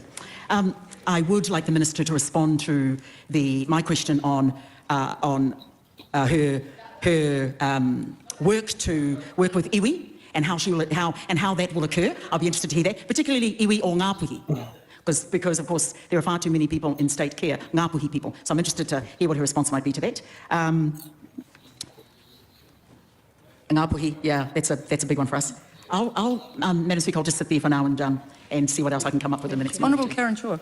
Thank you, Madam Chair. I'd just like to take a moment to respond to Honourable Pine Henare around the Section C, which will be maintained within the Act, and around the wording regarding iwi authorities and data. The wording will stay exactly the same. The wording is not changing within that section, and it will stay the same as in the current Act. the interpretation developing over time in the normal way. But what I would say is that when it comes to data, I hear that everywhere I go around New Zealand, and when I'm visiting the strategic partners and the people with the enabling communities, that is something that has been a real problem for a very long time. So we are running pilots at the moment around how we can share that data in a more open way and be a bit more transparent. I have set my expectations that Oranga Tamariki make sure that we are making those connections, and with those connections should come the data. That has been something that I've been very passionate about, and making sure that we can do that in a safe way and work together with iwi and hapu to make sure that they know where the children are so that they can step in and help and do what's needed. So I appreciate that question and we're working on it. And she didn't even bother sitting down there and answering the questions from the former social worker and mother of 4 children, including 3 of them being triplets. I just find it so funny. It's like, oh, we need to keep a track of where the children are. It's like, lady, you can't even keep track of where the workers are. Where's the staff gone? They're gone.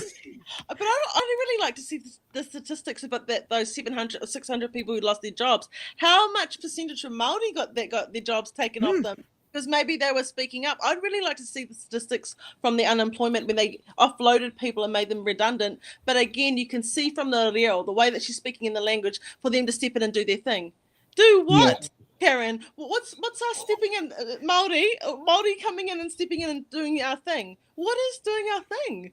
I don't get what that's coming from. I think doing our thing is roasting Karen for a couple of hours. I think like you come in, I just don't get it. And again, we don't have facts, we don't have numbers, we don't have evidence, we don't have statistic or any type of reports. Again, where are these made up reports? And that I would demand these to be actually put out publicly. I want to know how truthful you're saying, and I'd like her to stand up and show us what she's talking about.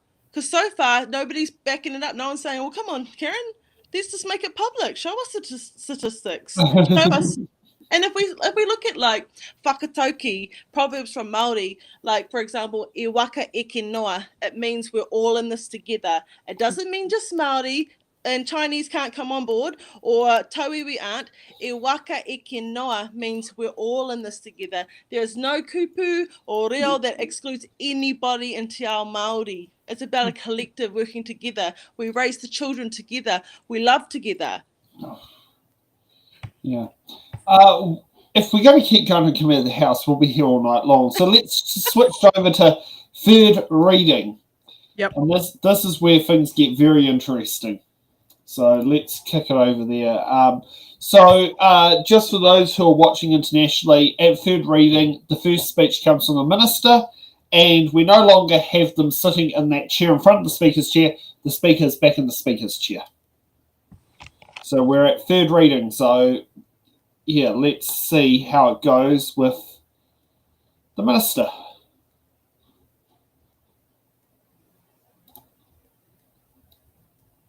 Well, I know how it's going. Statement on the Oranga Tamariki repeal of Section 7AA Amendment Bill.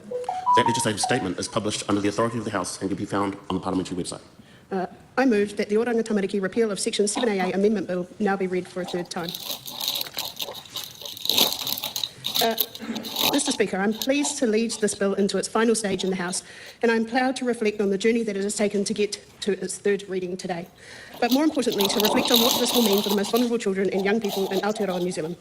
I'm proud to stand here as Minister for Children, delivering on exactly what I promised when I became the Minister. That is to ensure that the system we trust as a nation to take good care of vulnerable children and young people is focused on safety and wellbeing above all else. This bill reaffirms the Coalition Government's commitment to the care and safety of children in care. Let me remind you some of the important context. Section 4A of the Oranga Tamariki Act 1989 requires that the wellbeing and the best interests of the children or young person are the first and paramount consideration in the administration or application of the Act. And yet I've stood in front of you and in this House multiple times to share stories from caregivers and Oranga Tamariki staff and people who deal with Oranga Tamariki, whose experience has highlighted that Section 7AA of the Act has been misused and potentially put children in harm's way.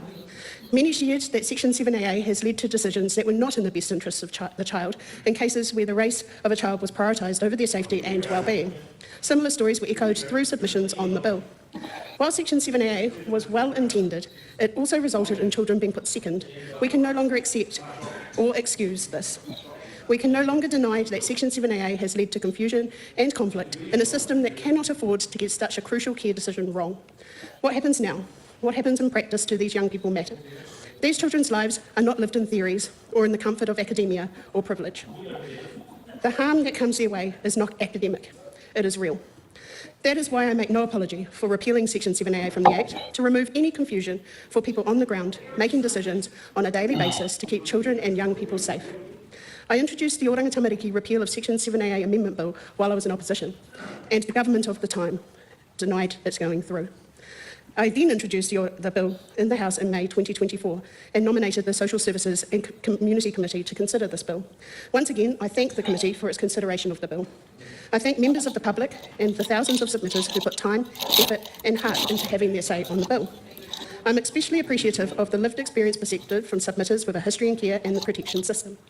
This included those who were in care as children or young people, and those who have crucially supported the system as caregivers, strategic partners, social workers, social sector partners, and many others. By majority, the Social Services and Community Committee recommended to insert provisions related to strategic partnerships between iwi and Māori organisations and Oranga Tamariki alongside other duties of the Oranga Tamariki Chief Executive. As I've said throughout the journey of this bill in the House, the work the 10 strategic partners have done to prevent young people entering care and to improve the outcomes of those already in care cannot be overlooked. I was very clear that I wanted this work to continue. I have read and heard what members of the public have said, and I've heard from the committee, and I listened. I am trying to listen to the speech. This is a minister delivering a speech on what is a critically important piece of legislation. I cannot hear her because there's two members of the Māori Party there that are chipping away at her constantly. There are members of the Labour Party. I cannot hear what she's saying. Point taken. Interjections must be rare and reasonable, so I would like members to take that into account. And I do want to acknowledge the interest in this particular bill as well, but members need to be heard and ministers need to be heard. I call the Honourable Karen Shaw. Thank you, Mr Speaker. As I said in my second reading speech, I commend the committee's majority recommendation that the strategic partnership provisions remain in the Oranga Tamariki Act. This commitment in legislation, rather than as an operational prerogative, is an important one. However, what I want to make clear is this bill does not negate the importance of cultural connections for children and young people. I have no issue with looking to whānau, hapu or iwi as a solution for placements, when appropriate, but safety must come first every single time. I recently received feedback that Section 7AA supports decision makers under the Act to have regard to the cultural connections of Māori children and young persons. Their concern was that this would no longer be available for reference after the repeal. This is not the case. Section 5 of the Act requires anyone who exercises power under the Act to be guided by the concepts of mana tamiti, whakapapa and whanaungatanga. The bill does not remove this requirement. What the bill does do, however, is remove confusion between the safety considerations in Section 4A and cultural considerations in Section 7AA. The bill creates clarity in decision making so that the safety is indeed the paramount consideration for each and all children and young people. I would just like to finish off by thanking all those who have supported me through this process, and also to all those staff who go out every day to make sure that our children and our young people are safe, loved and cared for. I want to reiterate the government's commitment to renew the focus of Oranga Tamariki to be on the safety and well-being of children in care arrangements. This bill and the repeal of Section 7AA will go a long way to ensuring that. I'm pleased to commend the Oranga Tamariki repeal of Section 7AA Amendment Bill to the House.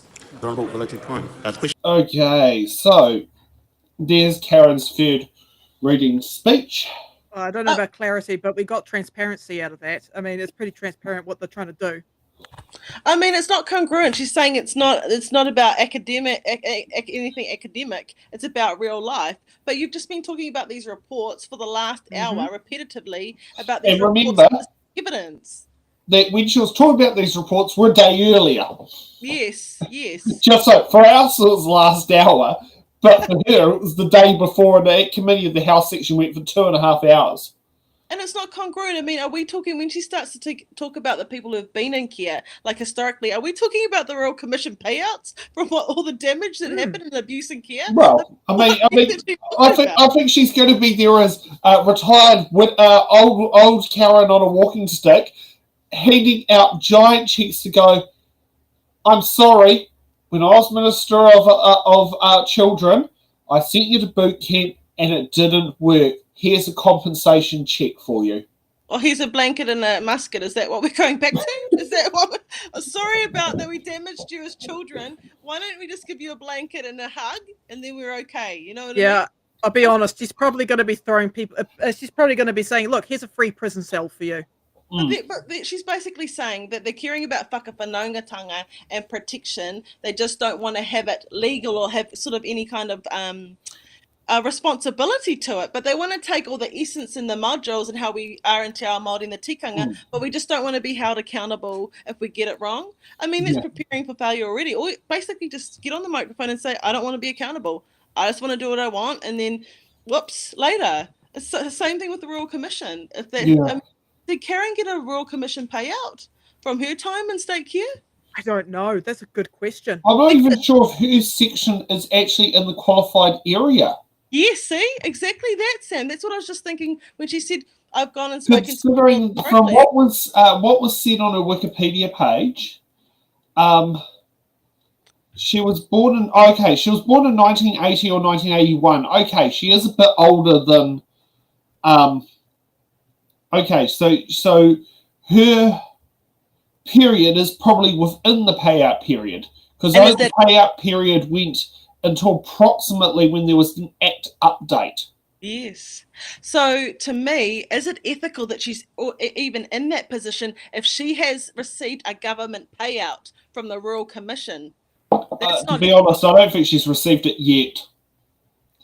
But she's in the pipeline of it, though. And then when you're talking about these research and all these people you've spoken to that have been in care, are you speaking on lived experience? Because I'd really like to know whether Karen's in the pathway of actually getting a payout from the Royal Commission, or whether she has, because I haven't heard and she hasn't spoken about that. But you want to talk about academia, which you've been doing for days, and all of a sudden this sort of thing. I mean, preventative care is what we want, right? Which is under Te Tiriti o Waitangi. This is why we do that and try and build that relationship. But I would really like to know whether she is actually applied or is going to receive or has received a payment from the Royal Commission.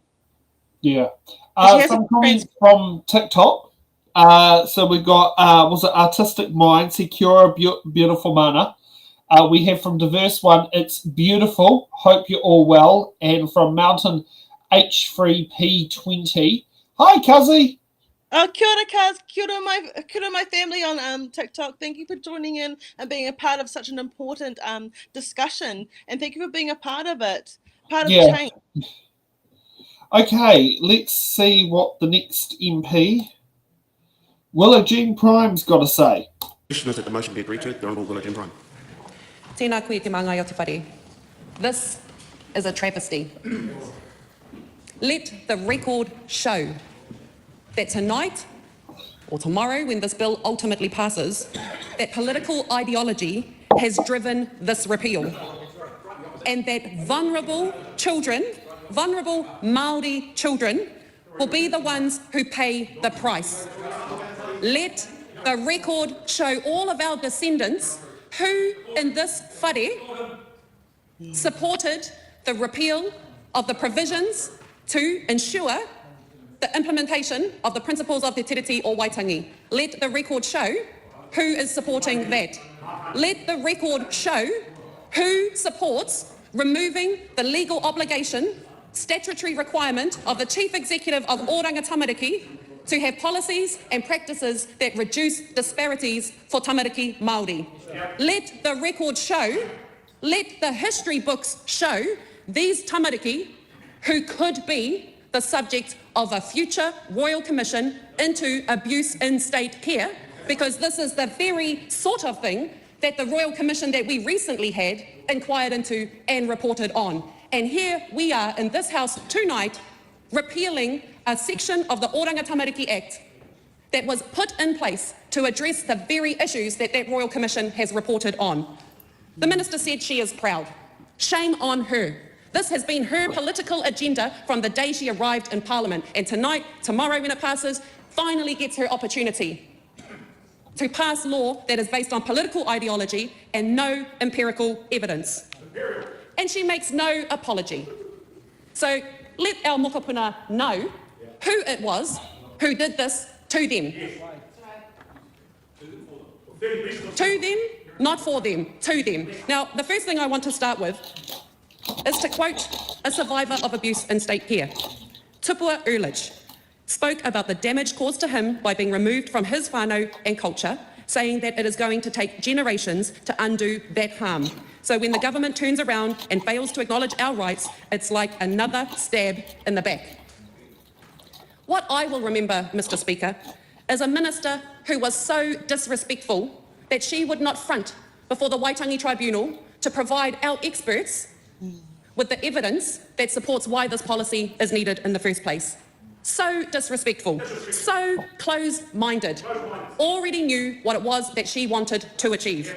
What I will also remember is a weak and desperate for power Prime Minister. The Prime Minister, leader of the National Party, agreed in the coalition agreement to repeal Section 7AA. That was something that the last national government put into law. Means absolutely nothing. Totally disrespectful to his colleagues and Tolly to the previous government. Anything is up for grabs. Desperate for power. Weak. What I will also remember, Mr. Speaker, is these words from the officials. Now, the Minister last night in the committee stage talked about a few cases that she believes provides the evidence to repeal this entire section, which is going to have huge impacts for tamariki Māori, who make up 2/3 of the care and protection system. And you know what they said about the cases that she raised? Oranga Tamariki notes that there is no empirical evidence to support the notion that Section 7AA has driven practice decisions that have led to changing in care arrangements. Her own officials telling her there is no empirical evidence to support the cases that she is using to justify this case. Closed-minded, doesn't care, never cared from the beginning. But Mr. Speaker, what I really want to focus on in this contribution is the fact that everybody in this House, the Minister and everybody that is still in the House tonight, are on notice. We have all been warned in the regulatory impact statement right from the beginning of this debate and this journey that the Minister talks about, that there is a risk that this will do real harm to tamariki Māori. It's not just an academic conversation that the Minister thinks that we are having.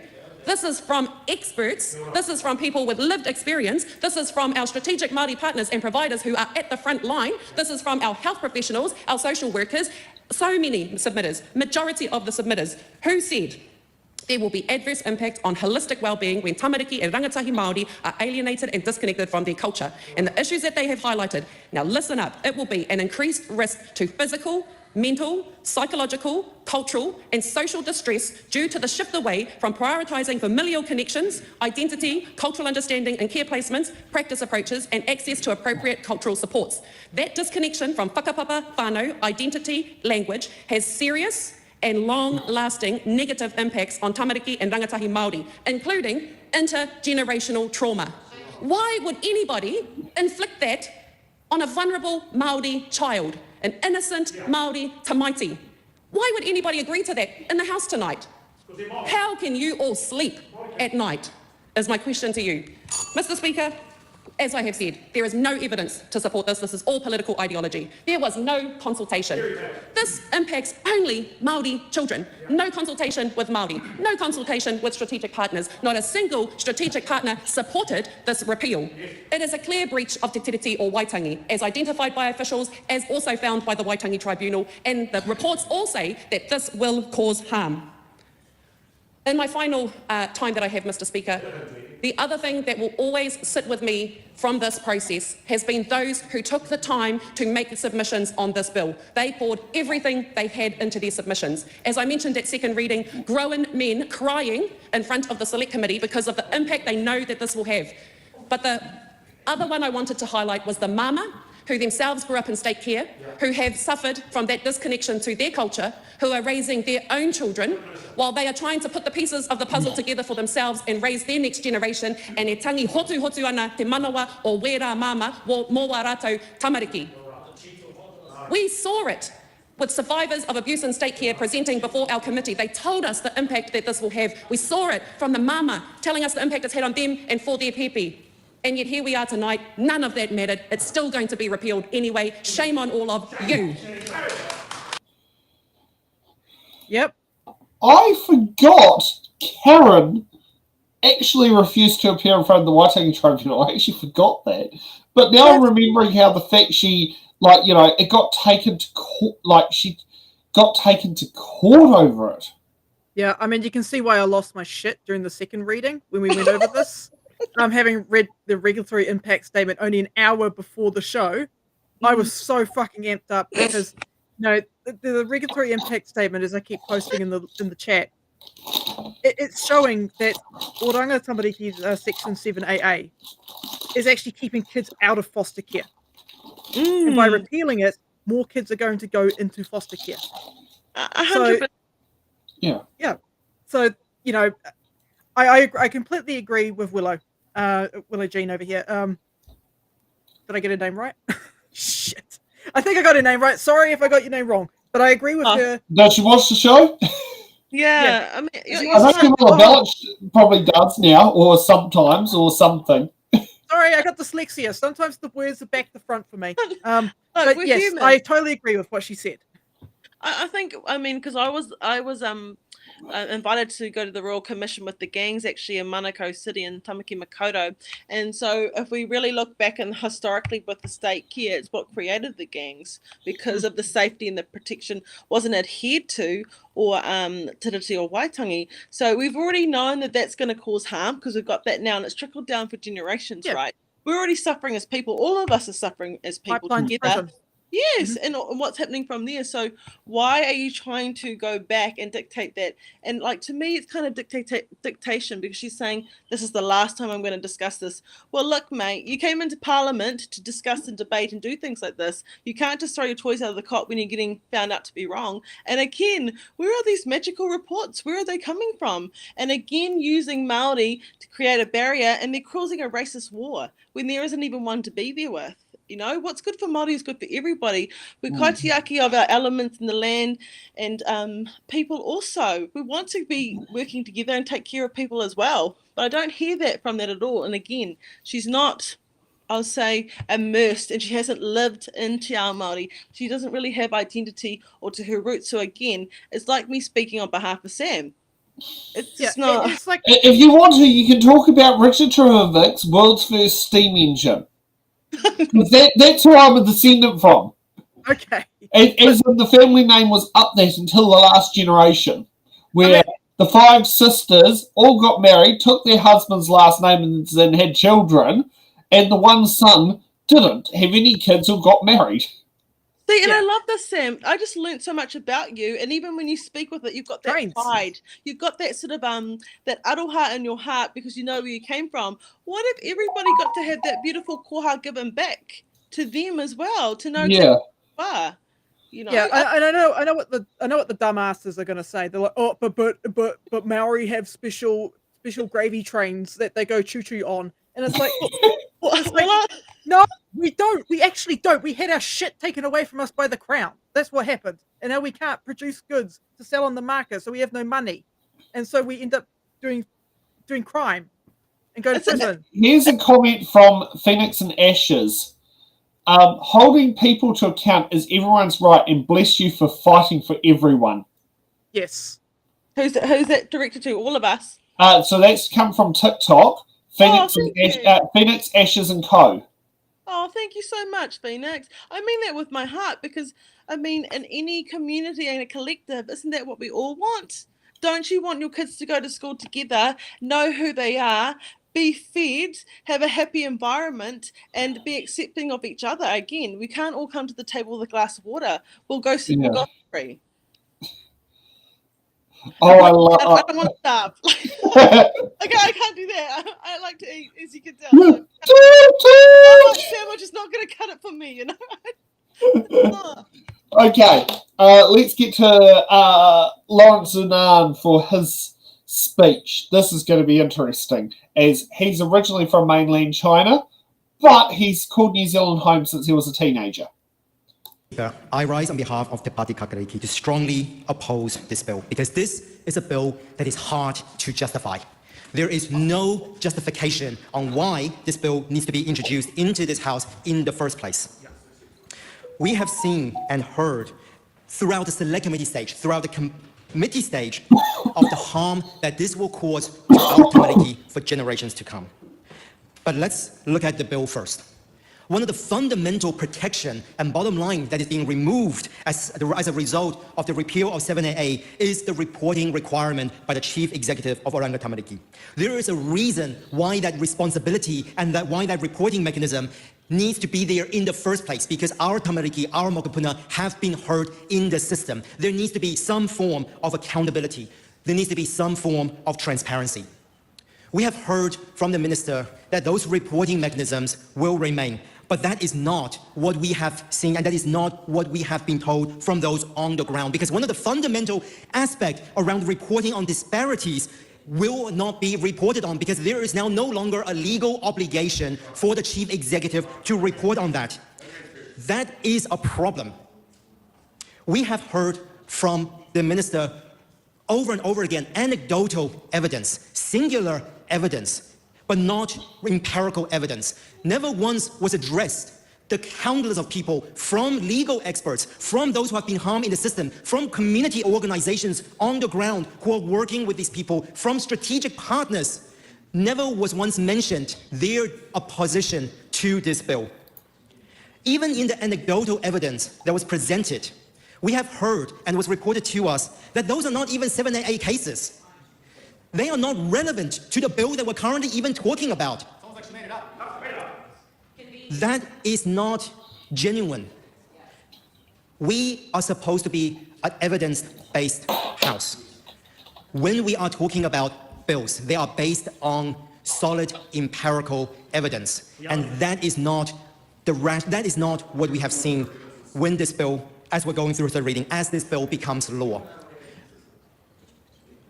Throughout the committee stage, Mr. Speaker, we have questioned over and over again, what is our tutility obligation? We've heard the fact that this repeal fundamentally misunderstands the role of Tikanga Māori, fundamentally misunderstands the relationship that our tamariki, that our mokopuna have within Te Ao Māori, within the ecosystem of the Māori worldview. Mr. Speaker, Māori and also tamariki, in this case, all tamariki are considered taonga. In Chinese culture, from my area, we have a similar term. We call our tamariki bao, which literally translates to treasure. The idea of tamariki, of our future generation, as taonga, as treasure, is a universal concept. We know for a fact that when we are looking at Aotearoa, when we're looking at the system that is presented to us, we know what is good for Māori is good for everyone else. This bill does nothing to reflect that. We have heard from multiple of our colleagues in this House when questioning the minister on what is the role of iwi, what is the role of whānau and hapu and iwi in this. There's a fundamental misunderstanding as well around what that strategic partner meant. We heard from our colleagues of the beauty that could come out of that strategic partnership. And we are worried that the repeal of this bill will see the diminishment of some of that collaboration and much needed healing from generations, from centuries of trauma. We have heard from multiple sources, from legal experts, from the Waitangi Tribunal, that this bill fundamentally breaches the utility of Waitangi. Can I ask members to not have conversations? Apologies to the member. I would like members to not have conversations across the chamber. Dr. Lawrence. Thank you, Mr. Speaker. What is our vision for the future of Aotearoa? I would have thought that our vision is to protect our tamariki. Our vision, collectively, is to protect our mokopuna. We have heard from the report on abuse in state and faith-based care, like what Honourable Willow Jean Prime just mentioned before, grown men breaking down, talking about the experience they had in our care system. One of the things that's fundamentally addressed as part of that is the strained or broken whakapapa and the violence and the ill treatment that we have seen in the system. And this is one of the reasons, Mr. Speaker, that 7AA exists in the first place. We have seen for too long stolen lives and marked souls as a result of our system. And Māori has been disproportionately affected by that system. Mr. Speaker, when are we going to stop sacrificing our mokopuna and our tamariki for a capitalist system that they did not ask for? When we are looking at the system, there has been far too often that we trade the hopes and dreams of our future generation for a quick buck right now. Shame. Shame. Why do we need to do that? Why do we need to sacrifice our mokopuna as a result of this? It is not just the repeal of 7AA. It is the shocking quality and substance of our school lunches. It is the allowance for us to continuously commercialize and privatize our early childhood education system. It is the deprioritization of fertility in Section 127 of the Education and Training Act. It is the removal of resource teachers, Māori and resource teachers literature. It is all of these things, underfunding of a kohanga reo, of a kura in this system. These things do not operate in isolation, Mr. Speaker. And it is one particular party that we've seen over and over and over again that is willing to sacrifice our mokopuna for a quick buck. Willing to sacrifice our mokopuna for their capitalist gains, for their monopolization, for their commercialization of everything that is supposed to be a public good. Mr. Speaker, an institution is never a home. A home is within a whānau hapu iwi. The belonging of Tonga in safe and loving whānau. And just before you go there, more from Phoenix, Ashes and Co. The disabled in every country are mistreated in the terms of rights. Keep the fighting. Much love from the UK. Thank you so much, Phoenix. All my love to you in the UK too. Thank you so Good much. that we've Shout out exposed. to my English whānau over there. Yeah, exposed. I'm glad we've actually exposed the world to our own parliament. I just want to point out something really quickly. Note who was there in the Green Party, standing up for Kiwi kids. We had Francesco from the Philippines. We had Lawrence from China and Ricardo from Mexico. Why are they're fighting hard to protect Kiwi kids and keep them out of foster care? Bloody hard. They're doing more than what Karen's doing. And I think, you know what, this is actually an international sort of issue, and I'm really glad that Phoenix came on board and actually spoke about like being part of this conversation as well. So thank you so much, Phoenix.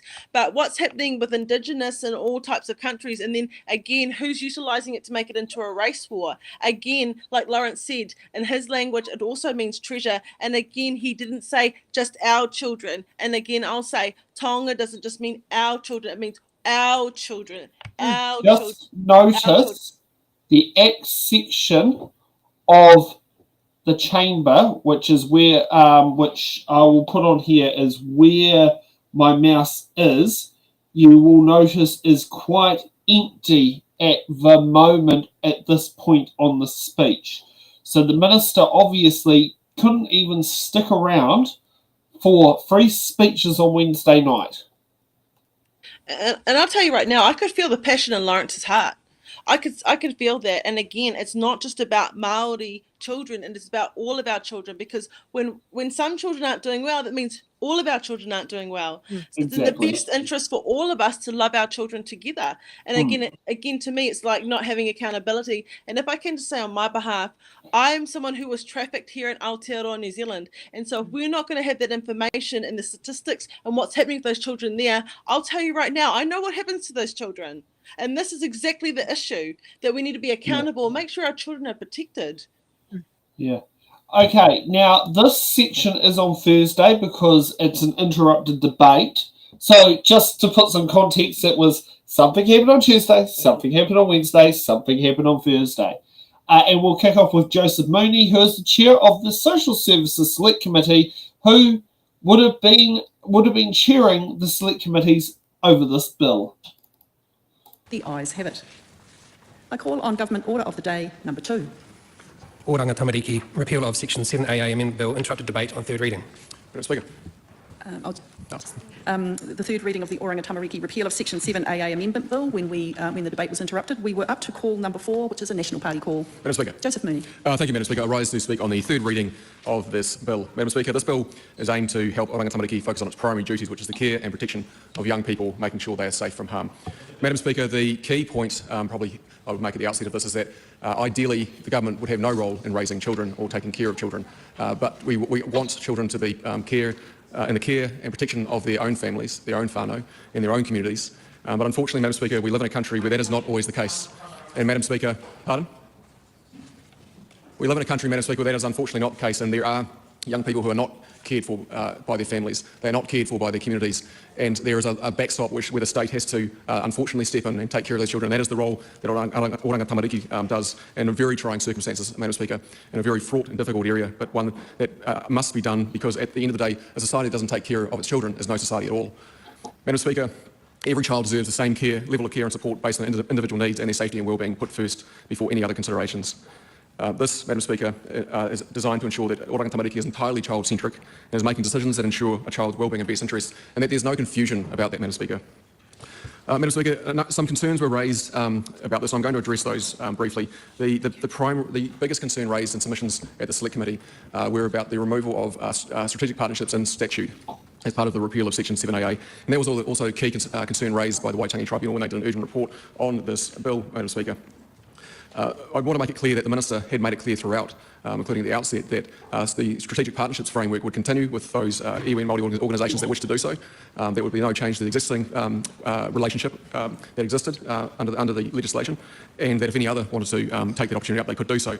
However, the Select Committee listened to those concerns that it wasn't going to be encoded in statute and recommended that in the repeal that aspect of it be retained. And Madam Speaker, the Minister agreed with that recommendation, and the bill we have before us today incorporates and retains that strategic partnership in the statute, Madam Speaker, to address that concern that was raised by the Waitangi Tribunal and that was raised by submitters.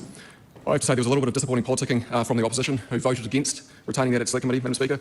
They have an opportunity to support the bill now and to support that, but I don't anticipate that they're going to do so, given the things they've been saying, Madam Speaker, which unfortunately haven't been based on fact. Madam Speaker, I'll just read a little bit of some of the provisions that are incorporated now in the retention of the strategic partnerships for the record. So it includes provisions such as providing opportunities to and inviting innovative proposals from those organisations, iwi and Māori organisations, to improve outcomes for Māori children, young persons and their whānau who come to the attention of the Department. Sets expectations and targets to improve outcomes for Māori children and young persons who come to the attention of the Department, and enables the robust, regular and genuine exchange of information between the Department and those iwi and other Māori organisations. I would surprise, Madam Speaker, if the opposition would be opposed to that. Isn't this what it is all about? This is literally what it's all about. The other thing that has been this is the Rawari Waititi said should have left alone. The point here that this strategic partnerships are being retained and are being kept, and it would be helpful, I think, if the opposition were clear in their communications that this is something they support, Madam Speaker. The other thing that's been raised as a concern, Madam Speaker, is a change in the reporting requirements, and it's not that was in Section 7AA. But I'm going to go through, Madam Speaker, the reporting mechanisms that that Oranga Tamariki is subject to. And it's actually, if you go through it, there's 7 different reports, Madam Speaker. I'm just going to list those now. Oranga Tamariki prepares and releases a range of regular reports, including 1, an annual report, which measures performance against standards agreed as part of their annual appropriations. 2, a quarterly report, which gives an overview of the progress Oranga Tamariki is making towards its strategic direction. The report provides measures against the Oranga Tamariki outcomes framework and appropriations, which among other matters sets out how the agency is making a difference for children and young people, Tamariki and Rangatahi Māori, and their families and whānau. 3, safety of children and care annual report, which reviews and measures the findings of harm for Tamariki and Rangatahi and care. 4, under Section 448B of the Oranga Tamariki Act 1989, the Minister for Children is required to report to Parliament every 3 years on whether existing legislation, government policy and other accountability documents are meeting the needs of children and young people, particularly Tamariki and Rangatahi Māori. In addition to those 4 reports, Madam Speaker, the Independent Children's Monitor is required to report on outcomes for Māori children, young people and their whānau. So I'll go through those. The first report is that at least once every 3 years, a State of Oranga Tamariki system report must include an assessment of outcomes being achieved for Māori children and young people and their whānau. The report must... Secondly, there must be an annual report on compliance with national care standards regulations, which must include specific information relating to the level and degree of compliance with national care standards regulations for Māori children and young people, and the impact of this on Māori children and young people and their whānau. Third, there must be an annual report on outcomes for Māori children and young people and their whānau, which must include an assessment of outcomes being achieved by the Chief Executive of Oranga Tamariki for Māori children and young people and their whānau, and the impact of measures taken by the Chief Executive of Oranga Tamariki in improving outcomes for those Māori children and young people who come to the attention of Oranga Tamariki. In addition, the report must assess the extent to which practices within the Oranga Tamariki system have regard to mana tāmiti and the whakapapa Māori children and young people, and the whanaungatanga responsibilities of their whānau, hapu and iwi, and the strategic partnerships Oranga Tamariki has with iwi and Māori organisations. And there is an availability, Madam Speaker, for the Independent Children's Monitor to require information from the Chief Executive of Oranga Tamariki, to which the Chief Executive must respond, Madam Speaker.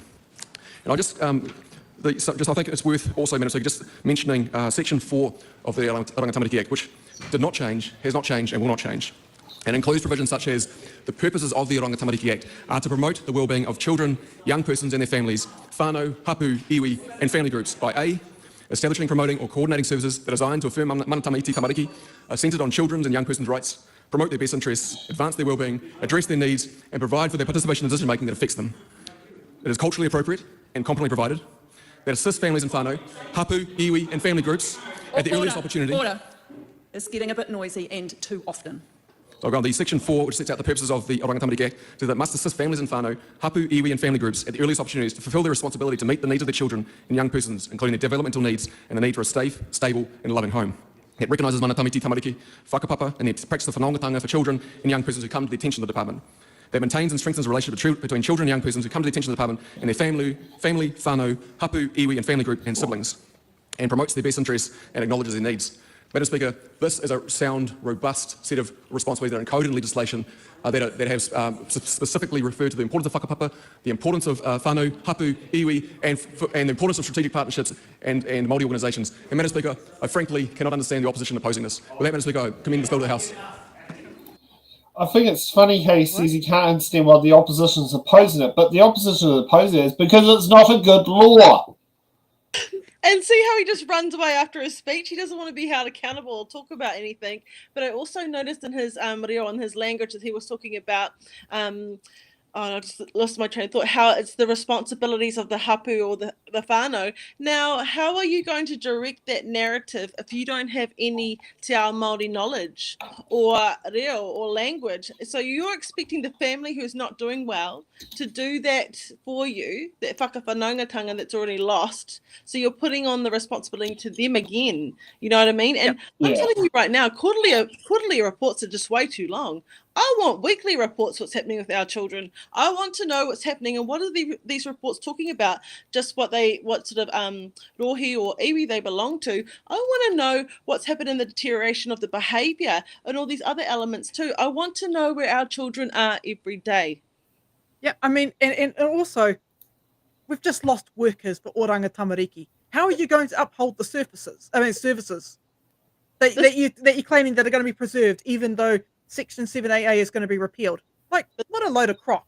This is where he's clever, Laura, because he's gone, and the responsibility, if you listen to it, like the response, not trying to be, sorry if I was being disrespectful, but I was listening for key language, and he's like, the responsibility of the whānau and the responsibility of this. And a key, another element I heard was, and their siblings. So they are expecting not just one from a whānau, but more. They're already predetermining and forecasting for that. For the Conservative, small government is for the Conservatives, small government is when you have taxation without representation. That's their idea of small government. It's like you dilute the amount of voices from the public that are coming in to advise what officials should be doing. It's basically just big central government. And I'm saying that as a libertarian. And they're predetermining that the siblings are going to come on board. I thought that was especially strange to put in that sentence or in that conversation, that you're expecting it. And then putting the responsibility of tiriti or waitangi to the whānau. Well, they don't have that. That's why we're here now. Yeah, that's why we're here now. Before, is we're going to do it again? Yeah, doesn't make sense. Yeah, no, it doesn't. Okay, let's get on to Tanya Yankovic. I think, as Laura and I will know, I think it's a Sikh woman's speech. I call Tanya Yankovic. Thank you, Madam Speaker. I rise on behalf of New Zealand First to speak to the Oranga Tamariki repeal of Section 7AA Amendment Bill. It's a government bill, part of the National and Act Coalition Agreement, which New Zealand First will support. Now, as per the General Policy Statement, the intent of the bill is to enable Oranga Tamariki to renew its focus and to focus on the safety of the child above all other considerations. The government is concerned that the introduction of 7AA has led Oranga Tamariki to prioritise cultural factors over the safety and stability of children. Hence, this bill was introduced into the House last year in May of 2024. So we've had about a year of this process, Madam Speaker. I was on the Social Services Select Committee. There was a lot of passionate and emotional submissions, and it was quite an emotional time to sit through it. I'm not shy to say that. During the submission process, there were a number of themes which were summarised by the officials, and the themes that they summarised the submissions under were wellbeing and safety, treaty obligations, evidence, legislation and practice, equality and equity. So with those key messages, Madam Speaker, the focus of putting duty first and the safety and wellness of the child first is what has led to this bill, and on behalf of New Zealand First, I will commend it to the House. I have a feeling she is reading off Karen's speech notes. It was really word for word, yeah. And you know what? I just want to give her a slow clap, because you know what happened? She sat there and listened for hours and hours of this destruction to people's well-being. I mean, thanks so much for that. Thanks for just sitting there and letting these people pour out all the harm that had happened to them. Do you know what I mean? Yeah, and from now comment from was it Rock Chick? OT ain't doing shit but cause harm. Thank you, Rockchick. Good to see you, sister. Hope you're doing well for your surgery as well. So, I mean, that's the thing. I mean, if we had preventative measures, it would cost the government less on health, all sorts of different industries that we have that we've got long waiting lists for. If we had preventative, you know, I'd love to live in a world. Imagine not having Oranga Tamariki. Imagine us all living and thriving together and not suffering. You know what I mean? So I think preventative is the best measure, not going to that extreme limit where they have to go there. Yeah. Okay, let's see what was it Marina Mano Kapakingi speeches and the interruptions. Yeah, good day. I call Mary Nino. Tēnā koe. Madam Speaker, so I stand to address the Oranga Tamariki repeal of culture, repeal of custom, repeal of safety, repeal of protections and prosperity bill, soon to be lauded over all mokopuna and their whānau by a government and their spokesperson who knows nothing about Māori culture. Culture not only keeps mokopuna safe, culture enables mokopuna to thrive, to flourish and to grow into fully expressed Indigenous Māori individuals, exactly like the thousands that gathered peacefully and powerfully on the steps of Parliament to remind us that they are here and they are not going away. In August of 1840, just 7 months after the signing of Te Tiriti o Waitangi, Madam Speaker, our very first tupuna was removed as a baby by colonial hands. The justification of this, listen up people, to save a Maori baby from the so-called evils of the pa, the evils of our people. This is your and our shared history. This act that has set the tone for generations was at that time summarised by one simple term, uplift, a word coined by the coloniser to mask their statutory act of thievery. 184 years later, no surprises, that word still stains Māori lives. The coloniser continues to use it to describe the theft of our children, a term that absolves them of accountability and then allows them to maintain the presumption that Māori are so inferior that we can simply be taken. This repeal affirms exactly that. Our children can be uplifted from their whānau without legislated accountability of the Chief Executive for Oranga Tamariki. I'll say the word Oranga Tamariki because I keep hearing it over here. It's so poorly pronounced, to ensure these Māori children... Point of order, Madam Speaker. I don't blame this law. Relevant to the bill that's in hand. It's not about uplift.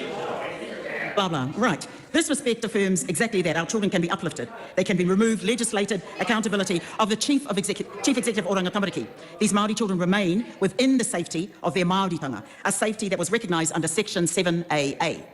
Through the Committee of the Whole House, the Minister volunteered her own story as if that would sanction this outcome. Sadly, all that showed us was how deep internalised racism runs and the harm it can cause. I offered that she do some work to get well. This racist rhetoric is destructive, unhealed trauma, masquerading as care and protection.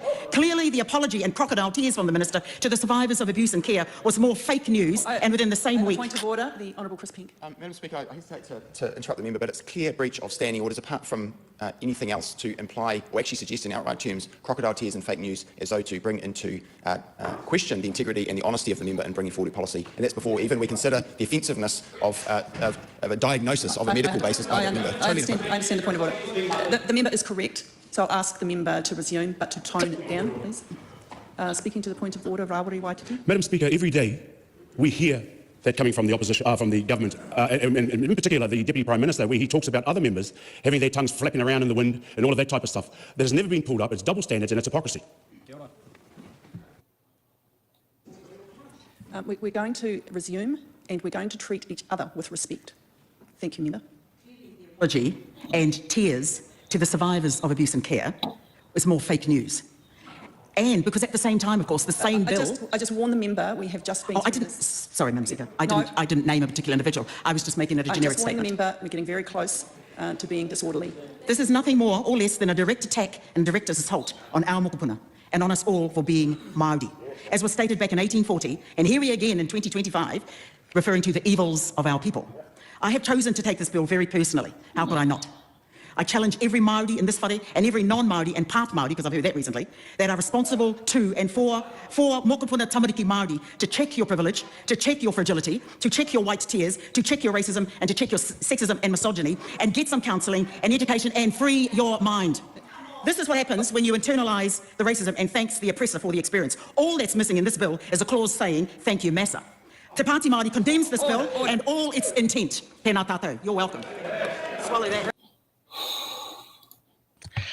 You know, I think it's really unfair when she's talking about the crocodile tears and then getting pulled up on it, but then we're talking about these made up fantasy reports and that can't be brought up. You know what I mean? So I mean, let's get real with it as well. And for me, look, participation, partnership, and protection. Why is it that you don't want partnership? Why is it that you don't want participation? Because you don't want anybody seeing or doing or having any knowledge of really what's going on there. Yeah. Mario Menor sass. It lives rent free in my head. I love that. I love how you've changed your name. Yeah, no, she's not a part of the club. She's not a part of the club. I mean, we had this discussion with Camilla Ballard. She's like, her sister's name is Laura. I'm Laura. McClure is not a part of the club. I don't own her. Okay, let's kick off Ricardo Mendes' march. Feel so much offence at the truth and the harm that they're causing to our communities out there on the streets who are bearing the brunt of this government's policies. And it's really, really telling that we're seeing a level of outrage here that is not manifested when we're seeing Tamariki Māoris getting on the I'm sorry to streets. interrupt the member. When members are in the House, they are to be seated and not conduct a separate conversation apart from the member who is speaking. My apologies to the member. Please resume. That's okay. I go back to the main issue, which is that I think the government members tend to feel far more outraged at opposition pointing out the truth and actually kids sleeping rough on the streets, keeping stripped away from the communities that they belong to, and the gutting of funding to the prevention services that are actually supposed to help keep kids in their communities and in their families. And to me, it's so telling because they have nothing but bumper stickers and vitriol to throw at us when they could instead make an attempt to provide empirical evidence for why we need the repeal of Section 7AA, something that has not been able to be produced by the minister in charge of this bill, despite calls from the opposition and from submitters for the minister to front up with her so-called evidence to justify this bill. Because this bill is nothing but a dog whistle that aims to attack Tamariki Māori and to not pay attention to the bridge that has been created by the Crown that has led to so many Tamariki Māori being split from and detached from the communities that they belong to. Tauiwima, we have a responsibility to stand against the attacks against Māori from this government. We are here by virtue of Te Reti o Waitangi. We have a responsibility to fight back against policies such as this one that do not serve and do not recognize the history of this country. And I keep hearing the government member to my left talking about strategic partnerships, but at the same time, if this government cared so much about strategic partnerships, they wouldn't be gutting funding for these very same strategic partnerships. Absolutely distasteful for the government, the member to my left, to be talking about the very same thing they're undermining. They're undermining prevention services. They're undermining state housing. The very same thing that can help keep a family together if they have been in hardship. They're undermining benefit increases. The very same thing that gives families a livelihood. The same things that give families a livelihood and allows them to stay in a safe and stable home. Things that have been spoken to us by survivors of abuse and state care. But these members seem to either just have the report on their bedside table and not give a damn about it, or read it and simply ignore it. Because the things that this piece of legislation is doing is actually a disservice to the very same voices who came to our select committee and who came and presented to the inquiries that led to reports that paint harrowing pictures of the realities that Tamariki Māori have faced under our care system that is supposed to keep them safe. This repeal of Section 7AA, all it will do is invisibilize the very same gap that exists between Māori and the rest of us and the care system that is supposed to keep them safe. It is absolutely right.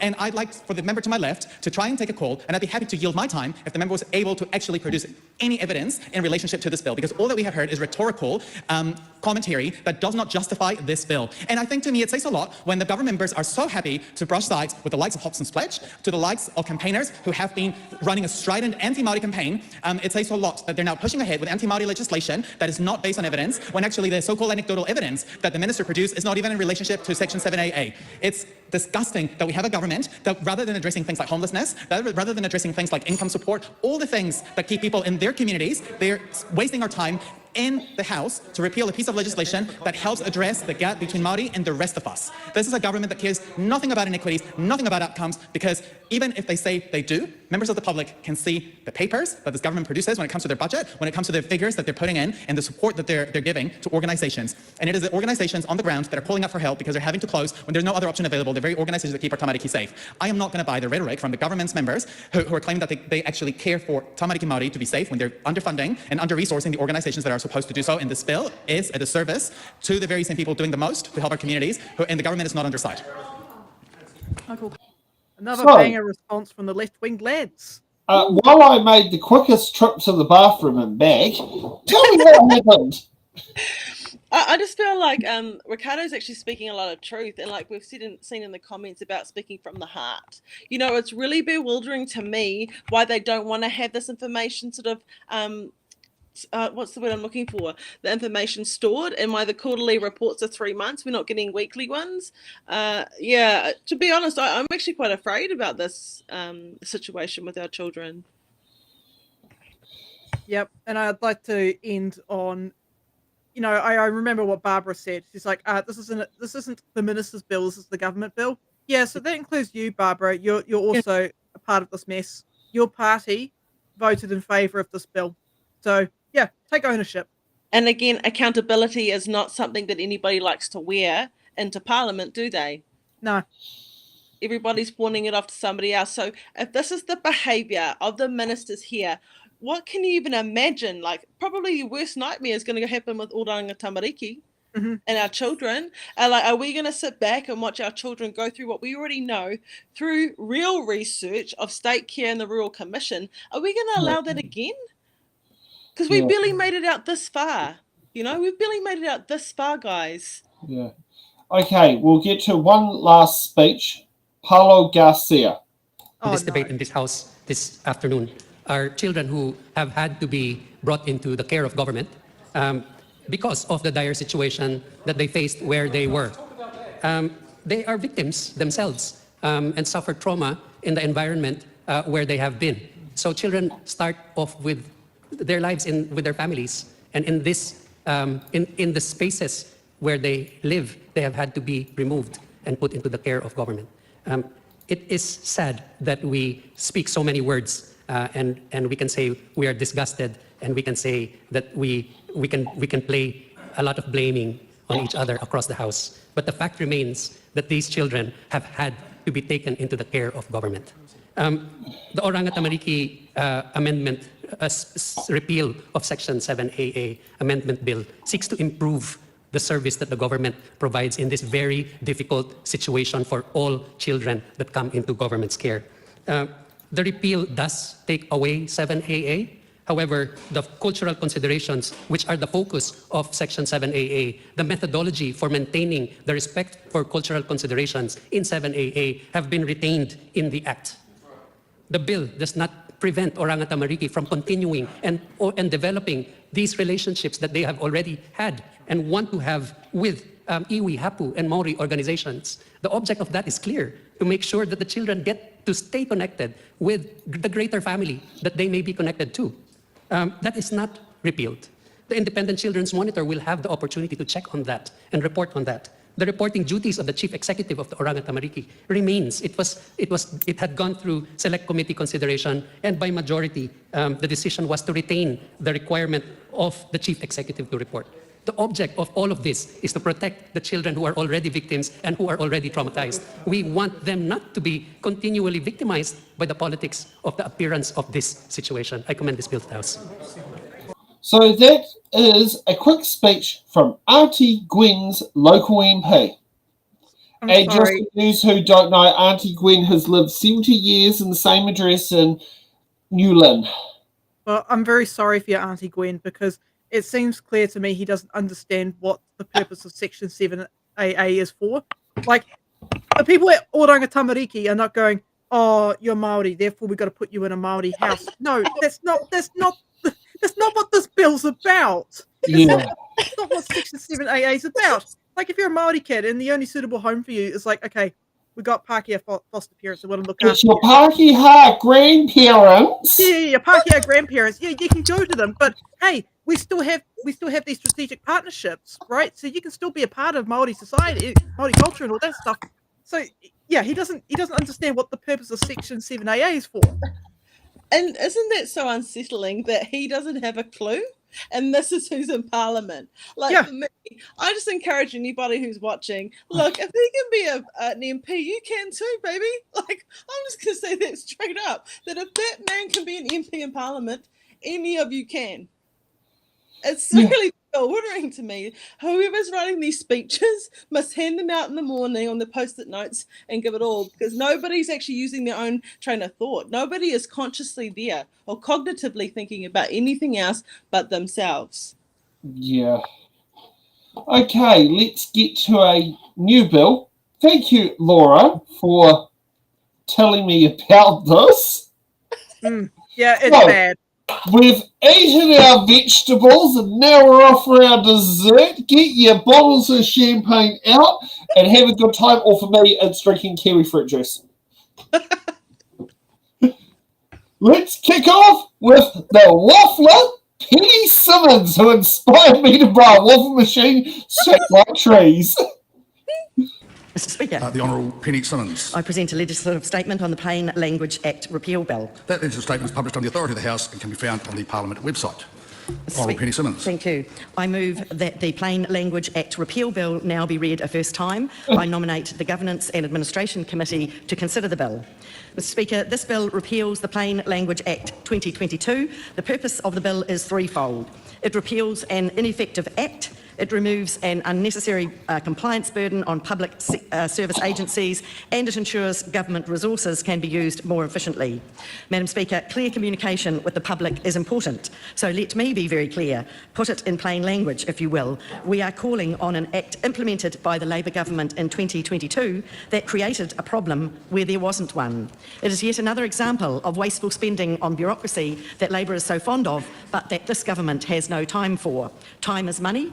And at a time when many people are doing it tough, we want to make sure that taxpayer money is spent on the things that actually matter, things that grow our economy. Appointing plain language officers, as this Act requires, grows nothing but bureaucracy. It is an example, Madam Speaker, of government overreach. You cannot legislate for or against something that is subjective in nature and open to interpretation, and that's why we would never know whether the Plain Language Act resulted in a meaningful improvement in communication. The only clear outcome is that it placed an unnecessary administrative constraint on public service, and it created a box-ticking exercise for agencies. Government agencies should always communicate in an easy-to-understand language, and it is the government's expectation that agencies always strive for and uphold the highest standards of communication. But it is a mistake to think that laws can fix every problem.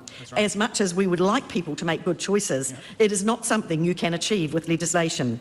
Plain language, Madam Speaker, is achieved through clear thinking, commitment and common sense. It is the responsibility of every public servant to communicate using clear, easy-to-comprehend language.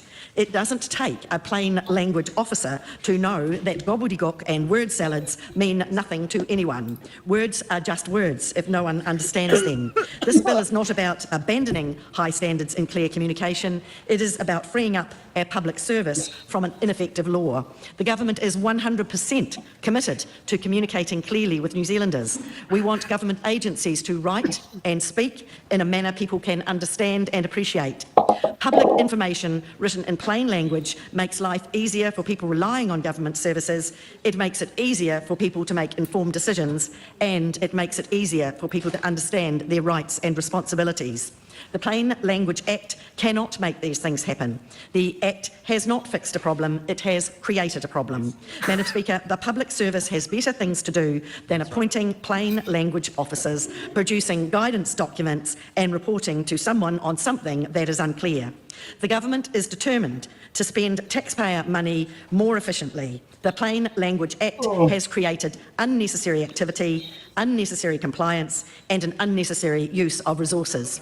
Repealing this Act cuts red tape and will allow the public service to get on with what really matters, delivering services for the people of New Zealand. Madam Speaker, I could speak for another 5 minutes, but I believe I have put the government's position clearly and concisely, and dare I say it, in plain language.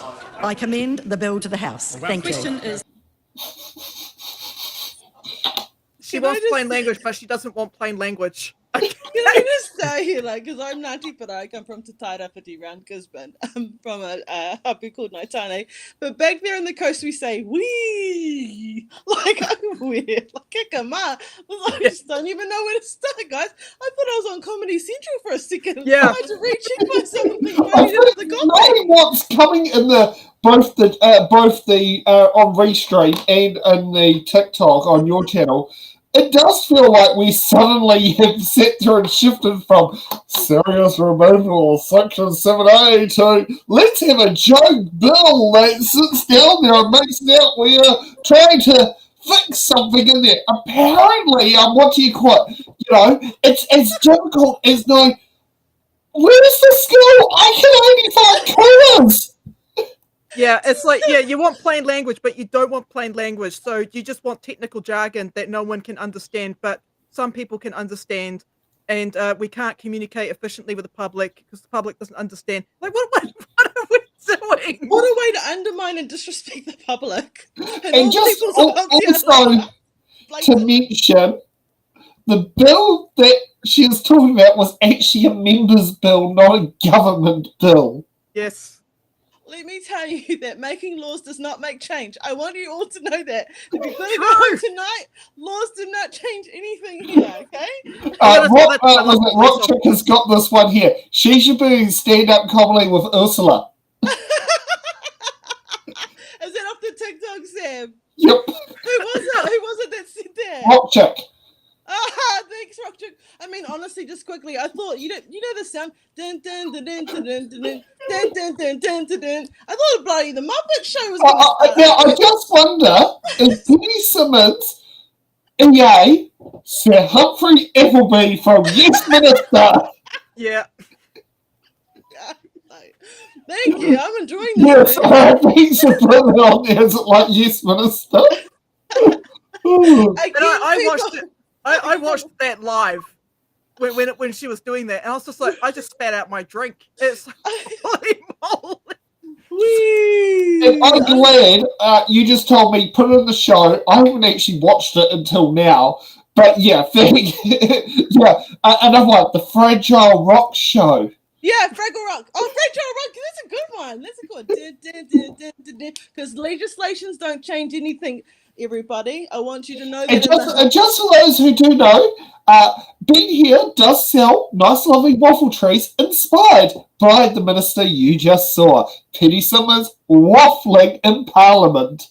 Again, everybody, you can be an MP. It's clear evidence right there that anybody can get into. You just got to go into those parties and you've got a sure win right in there, baby. Now, shall we say, the only MP who's appeared on the Order Paper podcast, let's announce Camilla Bellich. Yeah. The motion be agreed to. Madam Speaker. I call Camilla Bellich. Thank you, Madam Speaker. Well. Look where we are. A government which was elected on the promise of reducing the cost of living has set out its priorities very clearly. They put us into urgency last week, Madam Speaker, and we went through more legislation as a result. And unfortunately, it appears that the legislation has dried up. And so Chris Bishop has thought, as Leader of the House, don't worry, I'll just open my drawer entitled Pet Peeves. And this petty government has pulled out a repeal of a sensible bill and is wasting New Zealand's time and this House's time by repealing what is essentially a sensible bill that everyone agrees with. How interesting. How interesting that a government that says that it is focused on the things that New Zealanders cares about decides to bring up a grudge from the last Parliament that was particularly irksome to the Leader of the House and decide to waste Parliament's time on something that we all essentially agree with. And that is, Madam, it's not my job not to waste Parliament's time, Mr Costley. It's my job to hold the government to account. And I say, on behalf of New Zealanders, this is a waste of our time, and we wish that we had a government that would focus on the things New Zealanders really care about: jobs, health, homes, the cost of living. Instead, they are a petty, small-minded government are repealing a bill that does this, Madam Speaker. This is a good law, and I will tell the member opposite why it's a good law. It is clear that it is an important part of our democracy that government organisations and agencies communicate in a way that people can understand. This is an important democratic right. And Madam Speaker, I think we can all agree that we're at an important time in our politics, both domestically and internationally, where we should be focusing on the things that keep our democracy strong. And communicating in a way that is clear is essential to the participation in our democracy. I agree with that, those opposite agree with that, we all agree with that. The one thing that I would take issue with is not the content of the original bill, not the intention of the original bill, but the fact that those opposite decide that it is of such importance that only this part way through the first term, not even towards the end, they have run out of legislation and they've only decided to bring a petty repeal of a member's bill to the House, a member's bill which actually strengthens our democracy and actually makes it easier for people to communicate with their government and understand the things that are essential to them. Such a waste of time, Madam Speaker, to even have this before the House. And I want to pay tribute to Rachel Boyack. She was the member that brought this members' bill originally to the House, and it turned into an act. And let me tell you, the hypocrisy of this is just extreme, because what the government says, and the reason that they're appealing this, is it's not strong enough. They say that it has no legislative teeth, and the reason that they want to repeal it is because it's going to cut red tape. Well, Madam Speaker, this is work that public agencies should already be doing. They should already be focused on making sure they communicate clearly to the public. They should already be focused on making sure that the things that they do are easily understood by people in our democracy. And if I may reflect quickly on Rachel Boyack and the reason she brought this to the House, it was because as an electorate MP, she saw again and again and again issues that people had, maybe people who had recently moved to New Zealand, who had English as a second language, maybe people who were just confused by the writing that was so difficult to understand by government agencies and wanted to see something clearer. She was having to deal with that. She brought a bill to the House to make it clearer for New Zealanders so they knew what the government was doing with their taxpayer money, so they knew what the government's agenda was, so they knew what the obligations were. It was not, no matter what the other side says, it does not impose a lot of red tape. One of the criticisms is though legislative enforcement in a court of law. But still, this petty, small-minded government chooses to repeal it where they could easily be focusing on the things that matter. Go, Camilla! So when was simplifying language red tape? I don't know. Maybe we could sit there and talk in some technical legally terms that won't know. Yeah. we need to sit there and carry the one over so we can make the GST sit there and work. And yes, according to paper, the paperwork says you should have been paid. Yes, you should have been paid. You should have been paid this. We understand you didn't, but we've got to work on the assumption that you were paid, so we're going to make that decision. Would you like to guess which government department I'm talking about? Yeah, I mean, Working income. Most people are not academics. They're not lawyers. They don't look at complex language and industry-specific jargon for shits and giggles, right? These are people who are working class people that are working long hours every day. They just want simple information that's easy to understand, right? So you have you have both versions. Well, this is the thing. We're in a stage of everybody here in Aotearoa. People are trying to actually heal. We're all trying to actually heal and get through things. And I think that we're all going to work where we can. But when you're not doing well, you don't make good decisions. And when you're not doing well, you don't get up in the morning and go run a marathon and then go to university to check out what jargon or language or what that word means, do you? I mean, yeah, I don't even know what to say about it, to be honest. Like, imagine, I mean, because my father used to work as an optometrist, right? So medical jargon, right? Medical words. Okay, imagine if my father did not have to convey simply to patients what he was doing to them. And if he was using like really technical, industry-specific jargon that his fellow colleagues would understand, the patient would have a freaking meltdown. That's a great example, Laura. Maybe when he sees Penny Simmons' eyes, he needs to talk in technical jargon and go, but you just stood up to do about the plain language bill. I thought you understood. But Sam, it's like, and then put it in reverse. Imagine if my dad used the plain language talking to other optometrists. They would look at him and go, what the actual fuck are you talking about? Yeah. I want to ask this. Has your dad ever had to, because I do know optometrists can order blood tests, has he had to give information back to, do they get called patients or they get called clients? I don't know. Yeah. That was outside the realm of a normal role of an optometrist. Like, I had a friend who had a blood test at an optometrist, and the optometrist had to give the news he had syphilis and wanted to know the name of his GP to forward all the data on, because it ended up at the optometrist, but the results needed to be with a doctor. Yes. Let me just tell you, when I get my eyes tested, I hope that doesn't happen to me, okay? Yeah. Yes, this is why it's important to communicate correctly to the right people. But then again, and that's a good point, Sam, are you a client or a patient? Because that determines, confidentiality as well. So we've got to be really careful on the reo or the language or the words that we're using, because with that comes other sort of responsibilities or directives or narratives. It's really important. Yep. You can't use plain language with that kind of stuff. We're talking about legal stuff and medical stuff.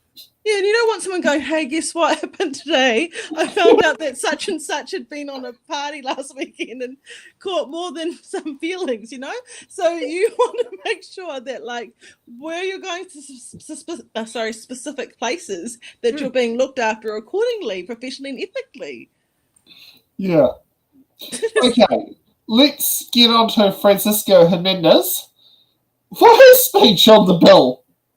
To rise on behalf of the Green Party to oppose this out-of-touch bill that fundamentally shows the government's lack of understanding of what's actually happening in the real world. When we talk to everyday New Zealanders, there's a sense that they're conveying to me, and that's a sense that I'm sharing, is that New Zealand seems to be unraveling at the seams. Unemployment is at record high. The cost of living is spiraling out of control. With a recent report, actually, that a quarter of New Zealanders sometimes or often go without meals. That's a scandal in a country as prosperous as New Zealand, that a quarter of New Zealanders sometimes or often go without meals. We know that the public services that everyday New Zealanders are relying on are getting worse thanks to the government cuts. We've all heard of doctors having to do admin work or janitorial work just to keep the lights running. We've heard, and this is a manifestation, this bill is a manifestation of how this government seems to be doubling down on their agenda of prioritizing private profit over public good. We can see it in the wider government actions, but we can also say in this bill, why is the government prioritizing repealing a bill that enabled a wider variety of New Zealanders to participate in interacting with government, that made legislation into things that the public service more accessible? Now, when the original bill was brought before the House, and I acknowledge, the member Rachel Boyack, and that this was her member's bill, the original bill was supported by a wide variety of organisations. It was supported by disabled and disability advocacy groups such as Blind and Low Vision New Zealand. It was supported by Deaf Action New Zealand, and I actually acknowledged their submission, which was a really short submission. It was a very plain language submission, and I think it said something along the lines of "we support this bill," so very in theme. And the National Disabled Students Association, even the Free Speech Union, which is not really an ideologically bedfellow of members on this side of the House, supported it to select committee. We know that the benefits of plain language benefits all New Zealanders. Accessible language benefits New Zealanders with disabilities. Plain language benefits New Zealanders. And look, we shouldn't get into generalizations about the English language skills of New Zealanders. My colleague to my left here, Dr. Lawrence Zunan, is demonstrating that in his skills in the Committee of the Whole House stage that New Zealanders can actually have a mastery of techniques of English language and rhetoric and oratory. So we shouldn't generalize and say that, that New Zealanders necessarily have poor language skills. But this does help the New Zealanders who actually do struggle with English. And, there's going to be more of them because one of the things that this government has done is repealed the English language requirement for overseas investors. So, this will actually help all those New Zealanders who are able to come here because they're on investment visas, and it will enable them to access the legislation, which is actually pretty important. And a plain language enables a variety of perspectives that otherwise wouldn't be heard. For my sins, I'm one of those overly educated New Zealanders. I've got an honours degree and a master's degree, and I'm working on a second one. But I don't think government should just be for people with too many university degrees. And I think using plain language enables more New Zealanders to access that. But who does this repeal actually benefit? It benefits lobbyists and private interests because New Zealanders aren't actually because this reduces the ability of New Zealanders to engage and debate every day the stuff that the wider public service and that the governments are doing. Now, one of the interesting things that I've read over the past month was an article on Newsroom, and it went into detail about how this government had slow-walked the lobbying reform that the previous government was working on. And I'll just read here a quote.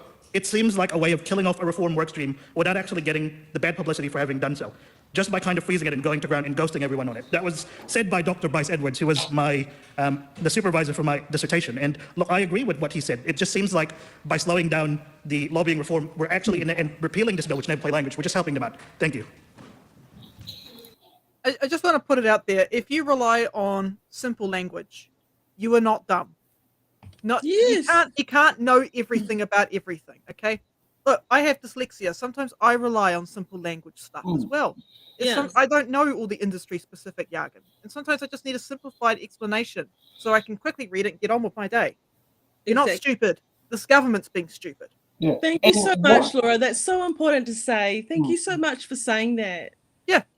And just to make things clear to people out there, just because you may not understand it, do not consider the person who is doing it as if they're committing a criminal offence. I remember this back in 2022, we had people who equated to us crowdfunding as us breaking the law. And so that is something in there. If you don't understand, don't also equate it to breaking the law. Because as soon as you equivalent, like, that's illegal, you know, you're implying your lack of understanding doesn't mean it's a criminal offence. Or, you know, or something I've had on there, I've been told apparently I'm standing for council this year, and there is not, and like now, this is something in there, there's a difference between perceived conflict of interest and actual conflict of interest. The reason why I'm not standing for office this year is because I'm running it in the ballot, and I'm hosting shows. It would be irresponsible if, say, Jack Tame ran for Mayor of Auckland while also hosting the mayoral debate panel against his opponents. And I'd have to, and I mean, when you look at it this way, that poverty is actually determined by the lack of opportunities that people have access to. And so people are, I guess some people are capitalizing on the fact that people are of lack of opportunities. So this is also out of your spectrum too. You can't, I mean, how are you supposed to thrive in an environment that doesn't give you the opportunities? There's no chance, man. There's no chance. And that's what they rely on. The lack of opportunities for growth of all peoples, especially the disparities or, you know, just our minority communities and groups and peoples. Yeah, I mean, look, the reality is that if they repeal this, right, and they probably will because, you know, they are who they are, okay, it's just going to revert back to a system where they are no longer required to use simple language, and the government probably do nothing to correct that. And what happens if you have a problem? You know, if my grandma can't understand, should she go to her local MP, Tim Costley? Or maybe if she don't understand, she should ring up her sister Gwen and go to his, was it her local MP, Paulo Garcia, when they have problems. It's like, wow, you know, I can picture Auntie Gwen saying this to Paulo negatively about Tim Costley and vice versa. I can see that happening. Because, you know, my grandparents, I mean, you know, grandma's 97, Gwen's 95. They're pretty straight shooters on what they talk. You know, they're going to, you know, that's going to be what they're going to do. Yeah. Good point. Not Bernadette saying it's ableism. Yeah. Let's see. Whoa, she disappears from her own bill. She manages to make it back to the House for this. I call the Honourable Karen Shaw. Thank you, Madam Speaker. It's a privilege to stand today on behalf of ACT and support the Plain Language Act repeal bill. I actually remember when this bill was put up as a bill, and I actually thought it was satire when I first saw what the bill was trying to achieve, and this can't be for real here. We're creating a whole new layer of public servant bureaucracy to achieve asking officials and asking people working for us to write in language that everybody can understand, and to appoint officers, plain language officers, to oversee that people are writing in plain language. I mean, Camilla Bellich is right. We are a government that wants to focus on things that matter. And we are a government that is looking at how our public service works and making sure that it is efficient and making sure that we are getting value for money and making sure that we are focusing on the people that we're trying to serve, and having plain language officers sitting around making sure that someone is writing in plain language is not efficient. It's not an efficient way to be using taxpayers' money, in my opinion. So I am really glad to see the repeal of this bill so we can get back to focusing on what is important to New Zealanders, that our public service is actually there working for them. I mean, when I first became a minister, I do understand. Sometimes you get documents across your desk and you're looking at all these acronyms and words you may not understand, and you do have to have a word with them and say, hey, could you please bring this back to me in a language I can understand? And that's pretty simple. Please bring it back to me in a language I can understand. And guess what? The next time it came across my desk, it was in a language I could understand. I didn't need an officer to stand over those public servants and make sure that they wrote it in plain language for myself. It's not that difficult. And so, I mean, I think the objective of making sure that people do understand what is in front of them is important, but I don't believe adding to another layer to our public service is a way to do that. And no wonder our public service bloated and grew under the previous government with ideas like this, to grow the sector with no actual objectives apart from creating a job that's pointless. Quite frankly. And so we're making sure that we're not going to do that anymore, and we're going to save that money, and we're going to reinvest it back into the people that we serve, which is the public who wanted us to make sure that our public service is efficient and spending their money well, and that's what we're doing. So I commend this bill to the House. It's so dumb. When you get a gobbledygook letter from Wins, hi there, can you please explain to me in plain language? Can you explain to me in benefit section? We sent to you because you didn't turn up to a seminar. Now, we don't tell you about the seminar in advance, but we're sectioning you anyway because you didn't turn up. Can we? Please explain to me how I was meant to know. I'll do it in there. Oh, if you get all teachy like me, I'm going to ring the police and say I'm frightened because you wanted sentiment in plain language, and I'm a working income case manager, and I'm accountable for my actions, and I'm going to sit down there and ring the police if you want it said in plain language. Security! Security! It's getting higher and higher. And Karen Child, the rest of the children says it's too much of a bureaucratic nightmare to explain things simply to my clients. The thing is, I think what Karen's saying is that the public and the taxpayer doesn't want you to help them, doesn't want you to make things easier for them. And I'm really proud of her for saying it because I've been thinking about that in my heart for a long time. That I don't want to pay money for you to help our society and people at all. But she'd rather you have to go to Citizens Advice to have it explained. But you know what? I think this is a gateway to. If you want my honest opinion, this is a gateway to get rid of. A gateway to get rid of reo all over. This is a gateway of legislation to counteract te reo Māori. I think that's coming next. Maybe that's what we need to do on the submissions for the bill. Is to sit there and say, we see this as a gateway of getting rid of te reo Māori as an official language. I think that we should give Karen a report in all te reo Māori and get her to decipher that so she understands that you don't need a translator or anyone to help you. You got this, girl. You got this. Well, it's actually funny. You can, in New Zealand, file your tax returns for a business in te reo Māori. Well, I'm just wondering what reports that Karen's receiving about Oranga Tamariki enacted in 1989 because we don't even know what language that's in. Yeah. I mean, we can look at examples of simple language compared to like more academic language. And for anyone that's gone to like uni, and I did my certificate just recently.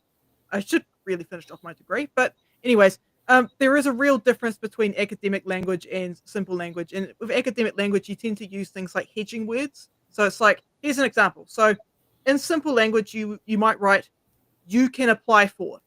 If I was to use academic language, I would say, you may be able to apply for. And for someone who really needs a yes or no answer, or someone who doesn't speak English as their first language, that could be really confusing. I think so too, but I think even in the general public, it depends on what life experience you've had and what opportunities you've been given. So I think this is for everybody. Between the three of us, we've all got different life, environmental impacts and experience. I can't know we'll all have different language that we don't understand, and that comes from experience and life. How are you supposed to know that? These languages that I know I can use amongst people who ran businesses that the average worker just does not understand. No. And I remember, like this, like I said earlier, lack of understanding does not constitute me breaking the law. So, as a business, as everyone knows, when you purchase something or when the business sells you something, they've got to pay GST. But every business who purchases goods and services to sell, they get to claim back the GST on that purchase. I've heard some people say, I'm breaking the law because I'm claiming back the GST because they didn't understand that as part of GST, you pay GST on your sales and sales of the business, but you claim back on the purchases of the business. So say put it this way. The current price of coffee, because it's just changed at my business, you want a small coffee, it's $4.80, but for the cost of goods to make that is $2.50, $3, I get to claim back the GST on that $2.50, $3, but I have to charge GST on the $4.80. So every time I file my return, I pay the difference is between what I collected and what I claimed back. And to me, it's just ludicrous or like crazy that you wouldn't want people to understand. Like, what is it that you're doing that you don't want people to understand? That's what's making it sound real dangerous to me. And again, I think this is a gateway to, cool, we've done that, Bill. Let's put in te reo in there too, and let's try and do that all over again. Because we're doing that with Oranga Tamariki, aren't we? Why not keep it going? Here's another example, right? So the first one is simple language. The second one would be more along the line of what you would say to someone who is already familiar with the process and, it's already experienced. So it's like, okay, simple language. Take your copy of your document to location. To a more experienced person who's familiar with the process, you might just say, "Oh, just provide supporting documents." Yeah.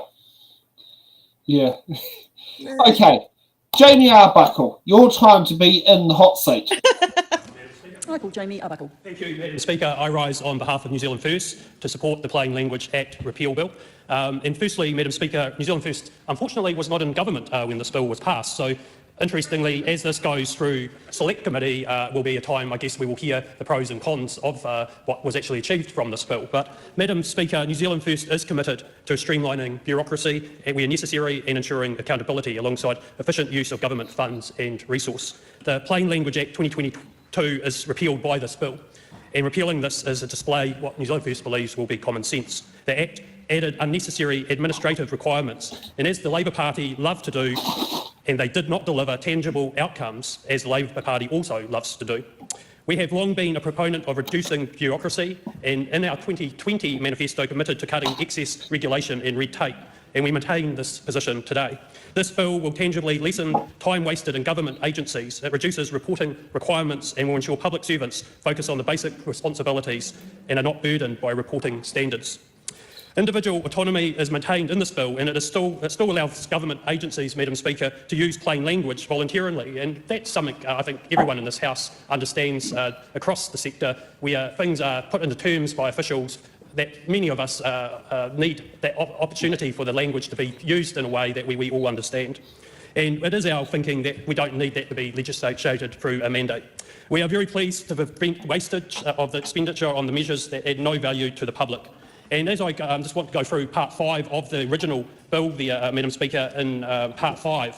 And if you actually read part 5 of the Plain Language Bill, I think it's something most of us would all agree with, is to have be appropriate to the intended audience that the language being used. It's clear, concise and well organised. And I think that in itself is something that is common sense. But as we heard from the last speaker, when you get to part 11 of the bill, of the original bill, plain language officers, and this is where this bill took on its own life, and adding extra bureaucracy for something that should have been simple and common sense has not been achieved. I've also heard, Madam Speaker, talking to a number of people about this bill, they said originally it was very much like a word salad. It was very much off target in that sense. So through that, Madam Speaker, New Zealand First, willing to hear the views through the Select Committee, but for today we commend the bill to the House and support it through its passage. Thank you. Oh my God, when you're supplying advice on mass, right, you need to use plain language. You don't make that shit voluntary. Okay, you're not writing to an individual, you're writing to the community. Imagine if it was about, oh, here's when you take this medication, how you take this medication, and the appropriate dosage of the medication. If you use really technical jargon, people are just going to go, oh, okay, and do an ivermectin with it. It's like, no, plain language is really, really important for public safety. And those officers are really, really important because they've consulted with the public, so they've got an idea of how they understand things. And connection, exactly, Laura. And I think for me it's really devastating because, as we know with Māori, we learn and grow through speaking down and passing down lessons, and not within four walls. So again, the disparities for Māori, this is targeted for them as well, I feel in my heart from it. But again, we're using words like common sense. How derogatory, or how could you speak down to the public by saying that we don't have common sense? And again, you want to say there's no tangible results about language. Well, what tangible, if you don't know, guys, is something evidence of physical. How can you have physical evidence of a language? That doesn't make sense. Now, You've just put it up, Sam. That's plain language. Yeah. Now, here's something. Thank you. If you look at the words, may confuse you. Yep. But is exactly the same thing. It's the same shape, same colour. So that's stop in Spanish. Yep. So I don't know what stop in Spanish is, but I know what that sign is. Yeah. So if you're traveling in Spain or in Mexico, where Ricardo Mendez marches from, you will definitely know what a stop sign is. I wonder what the stop sign German has. Yeah. Halt. Well, okay. Halt. Anhalten. Okay. Yeah. And if we go to French. So what this is proving is that language, like communicating, goes beyond just the words being used. It's also Obviously, symbols, it's that sign illustrations. must be based in Canada because it's about the only part of the world where I know that you put both English and French on the same sign. Yep. Remember, and now, here's one. And I wonder if we actually have a version of it in New Zealand. Me too. Now, shape means something. You know, but yeah, the closest thing we know to have that is this one here. Which is the Haere and Tahoa. Yeah. Yep. Which have been allowed to be used as stop-go signs and are commonly seen in the Bay of Plenty area. Yep. I mean, at the end of the day, this is the evidence right here. I mean, please, I think everyone should just apply to be an MP in the next election because it's proving time and time again that literally anybody can be one. Oh, yes. Soraya just put up a good point. Gaelic is a really complex language, but still, because we've got those signs, we've got those universal symbols, plain communication, we would know what stop looks like in Gaelic. But you're forgetting, Laura and Sam, that the public here in Aotearoa, known as New Zealand, don't have common sense. We don't. True. He's just pointing that out. Yep. He's just put us down, and whoever voted for him, he's putting you down too, because you don't have common sense. That's true. Actually, that is true. My sense is very rare. Yeah. Okay. Let's go and see. Okay. Let's get to the right one. Koe te whikao te rā tēnā rā tātou e te whare. E tuana hau ki te waha i ngā kōrero mō te Pāti Māori i te rangi nei. Mō tēnei o ngā pire arā ko te Plain Language Repeal Bill. Engari, i roto i tōku ake reo, in my first language, ka kōrero katoa te au i roto i te reo Māori. Nā runga anō i te mea, kua tino kite au i ngā tāmitanga o tēnei kāwana ki tōku ake reo Māori, kua kite ahau i ngā mea e tāmite ai tōku ake reo, nā reira, he ahua ua ki te kite i tēnei momo mea te Plain Language Repeal Bill, nā runga anō i te mea ko tēnei momo pire, kua kite i roto i te kotahi rau rā o tēnei kāwanatanga, kua kite i ngā kupu kua whakaparohakotia, kua hāmene. Nō reira, he ahua ua ki au, nā runga anō i te mea anei ko taku reo, ko tōku reo tuatahi, ko te reo Māori.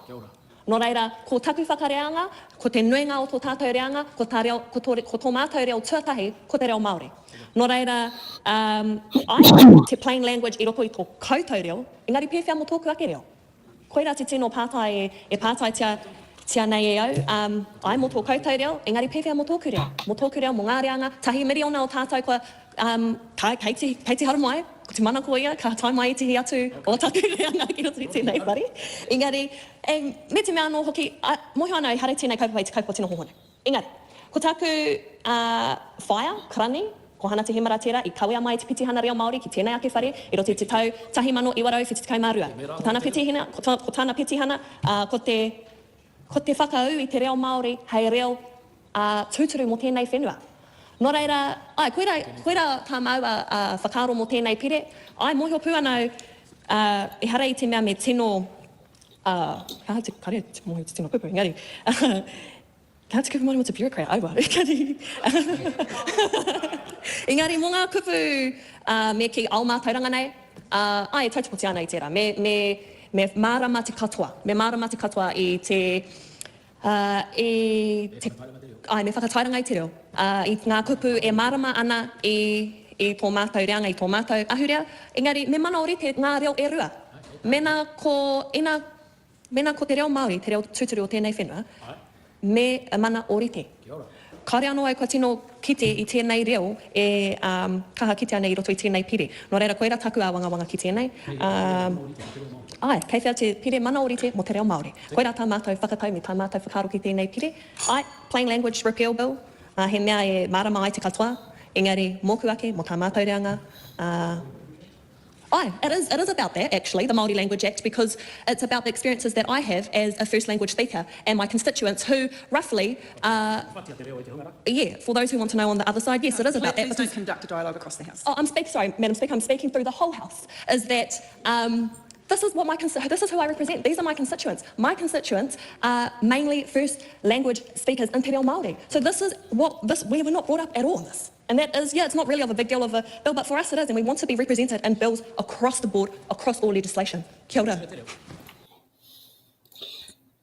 Again, this was my hypothesis, or what I thought would happen with this language bill, because now they're going to come to Reo Māori. That's what I truly believe. If I was a strategist and I was somebody like the other term or this current government, then I would sneakily come in another way around before I really came for what I was looking for, because that's how I believe this is going. This is headed straight for Te Reo Māori. It's coming straight there. Let's get it out of Oranga Tamariki. Let's get the participation and the partnership out, and then let's get the language out. That's how I feel this is going.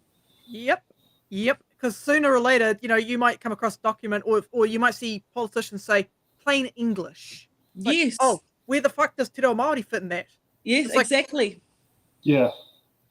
Okay, let's get to my father's and my grandmother's local MP, and if I still lived in the Otiki electorate, mine, Tim Costley.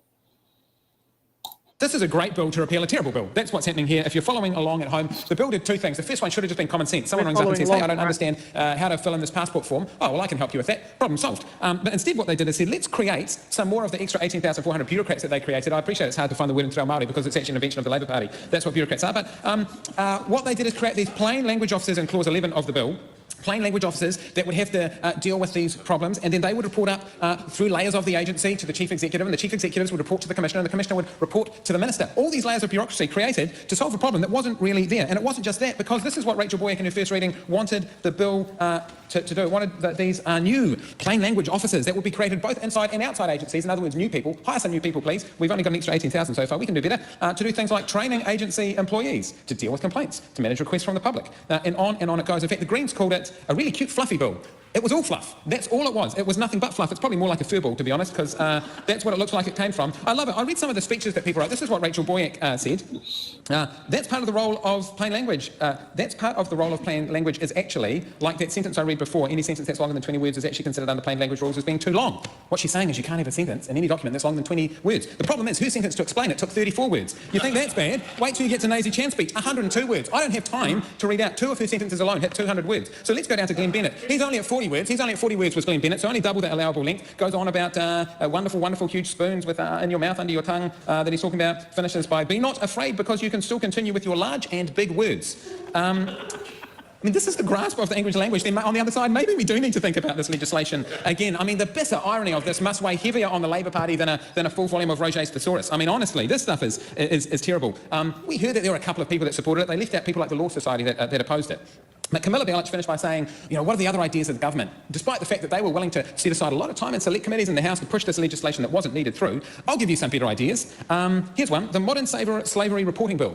That was in the ballot at the time in 2022, and the House could have spent its time on that, but no, we did plain language officers. It could have been changes to the New Zealand Public Health and Disability Bill through things like bringing back national health targets or a 3-day postnatal stay. But no, Labor had better ideas. Let's bring about plain language officers and create some more people. What about parental leave and employment protection, shared leave amendment bill under Nicola Willis's name? That was great. What about life jackets for children and young persons, repealing the regional fuel tax, gang-free ports, enabling restricted drivers to get to work? And I could go on, but this is about this bill, because that's what this bill was brought in against all of those bills that could have been picked up, that could have spent time going through the House, but the House's time was consumed with a rubbish bill that we don't need. It was a furball, it was fluff, it was not required. They couldn't even stick to their own rules in speaking about it at the time, and that's why we are pleased to pass this bill now, which removes it. I commend our bill to the House.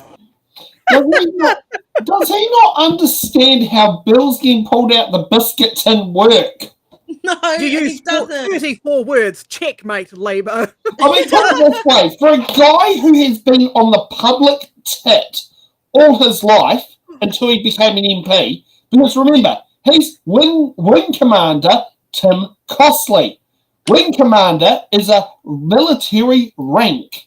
It is your 5 from the bottom, your 5 ranks from the bottom on the officer class of the Air Force rank scales. I don't know, can you use plain language? I didn't understand that. Can you just say fluff a lot? Because that's all I'm getting is the first officer rank in the Air Force is pilot officer. The second lowest rank in the Air Force is flying officer. The third lowest rank in the Air Force for an officer is flight lieutenant. The fourth lowest rank in the Air Force for an officer is squadron leader. The fifth lowest rank in the Air Force is wing commander for an officer. And this is the thing, he's chucking around disability rights and legislation for disability when he knows damn well that he's never seen disability or stuck up for them being front. And he sees them as a liability, but yet he's chucking it in people that actually do deserve that sort of help and support that they don't receive today, but chucking that in again. Poverty comes from the lack of opportunities. Yeah. And he should raise some of those minority groups, how they're treated as liabilities here in Aotearoa, New Zealand. For Soraya about the planes, yes, they do have planes. My dad was contracted to service the Red Checkers. Ironically, my father has had dealings with Tim Costley when Dad was working at Ohakia. Well, I hope those flight manuals were in plain language. There's no I don't know. I mean, I'm not sure about the servicing manuals. I mean, I will be honest on this. There is a bit of a difference when it comes to servicing planes. You don't have your planes based on air mileage you travelled. It's based on hours of running. Whereas a car, you base it on kilometres. Or if your car's that old in the day where, what do you call it, it's a black number plate and it might have seatbelts in the front seat, but it didn't have to have seatbelts in the back seat because it was before 1974. Odometer might measure miles.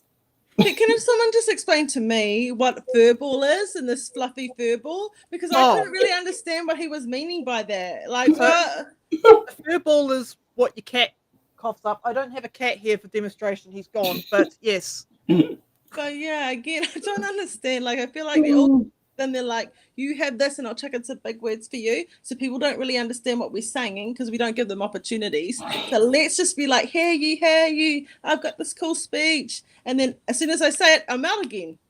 Like, yeah. Oh. Tell me you don't have accountability by showing me you don't have accountability. Yeah. It's all very dumb. Yeah. Let's go to a bit of a seat warmer speech. Let's not to go for a full one.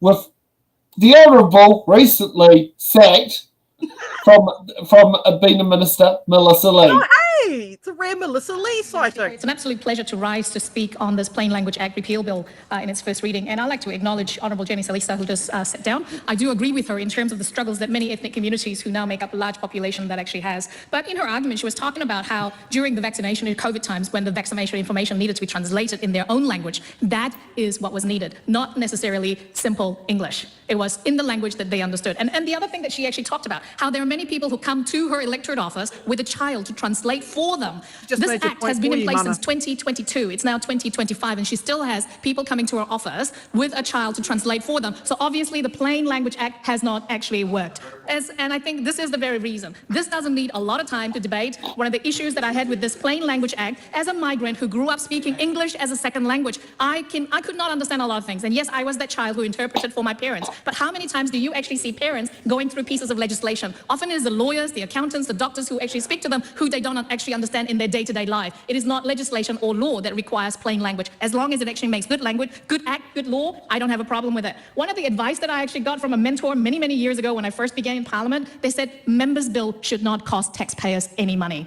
This was a members' bill that is costing taxpayer because they're having to put an officer, a police to police plain language in our government and our bureaucracy. I completely support this new bill to reduce what that former government actually created. I completely support this bill. Did I just hear her sit there and say it's not working because little Johnny has to come in because little Johnny's mother really can't speak English that well, and it's still happening 3 years after the Act came into place? But here's the other thing too, is that plain language can also apply to other languages. Like, you can write it in plain Chinese, you can write it in plain Te Reo Māori. You don't have to use academic language. And I think what some of us are missing is that she's saying things like this, like, well, we've got lawyers and doctors and accountants that can do it. Oh, yeah. So hang on a second. Isn't that a bit dangerous that we're relying on these people to inform us or not inform us or take charge of full responsibility of our assets? Doesn't that seem a little bit tricky to you? I know. Yeah. And it's like when we've got this new visa now where, people who invest X amount of money don't have to pass simple English requirements, right? You might want to keep that bill around, I'm just saying, it's like, oh, they're rich, who cares? But it's like, no, it benefits everyone to have plain language. Again, there's people in these opportunities because they had opportunities to be in these educated roles. So what we're saying is the people who didn't have opportunities, just trust these people, okay? They had a better start at Trust the working income case manager who's lying to you in front of your face and lies to you every time when you don't have an advocate. Exactly it. I can see the strategy here. They're picking on the minorities and they're creating people as the liabilities to society, although it is our society, it is our community, it is our whenua, and it is our land. Oh, God. How dare you? Yeah. You can see the strategic flow from it. What they're doing is actually trying to make more disparities out of all of us. All of us. Yeah. Whoopsie. That wasn't meant to happen. Tipping over the glass. Thank goodness it was empty. I just see it coming for Te Reo Māori. I can see Te Reo coming in slightly near the end. Let's get rid of that at the end. Let's take the kids, do whatever we like with them, take away their connection, and let's take away participation and partnership of Tiriti or Waitangi, and then let's start on over here too. Let's help them not figure out what we're doing at the same time. Yeah. Let's make ourselves richer and leave them to be the liabilities and to suffer, which we're already doing. And we've been doing that for a very, very long time. And I've had enough of it. Yeah. Okay, well, we've finished for our speeches but for the night, but the bills that are coming up closing soon for submissions. The Auckland Council, Auckland Future Funds bill closes Tuesday, the 8th of April. The terms enabling term of Parliament enabling 4 years legislative amendment bill closes Thursday, the 17th of April. The Referendums Frameworks Amendment Bill closes also on the 17th of April. And the Land Transport Management Time of Use Charging Amendment Bill closes Sunday, the 27th of August. And actually, I better do that down so then Laura can actually get back to her normal sitting space. Actually, that's pretty good for the core. May I just say, if nobody understands what Sam has just said, just go straight to your accountant or your doctor, because they'll be able to explain everything to you in the best of your interest. So anything. According to Melissa Lee! Or maybe Melissa Lee might, because she's been translating since she was a kid. She's really experienced. Just see her and her lawyer or accountant if you're free. Go and pay $200 an hour just to understand what's going on with your money and your well-being and your children and your language, right? Kiwi Skirt, I always look like a weirdo. That's just my default.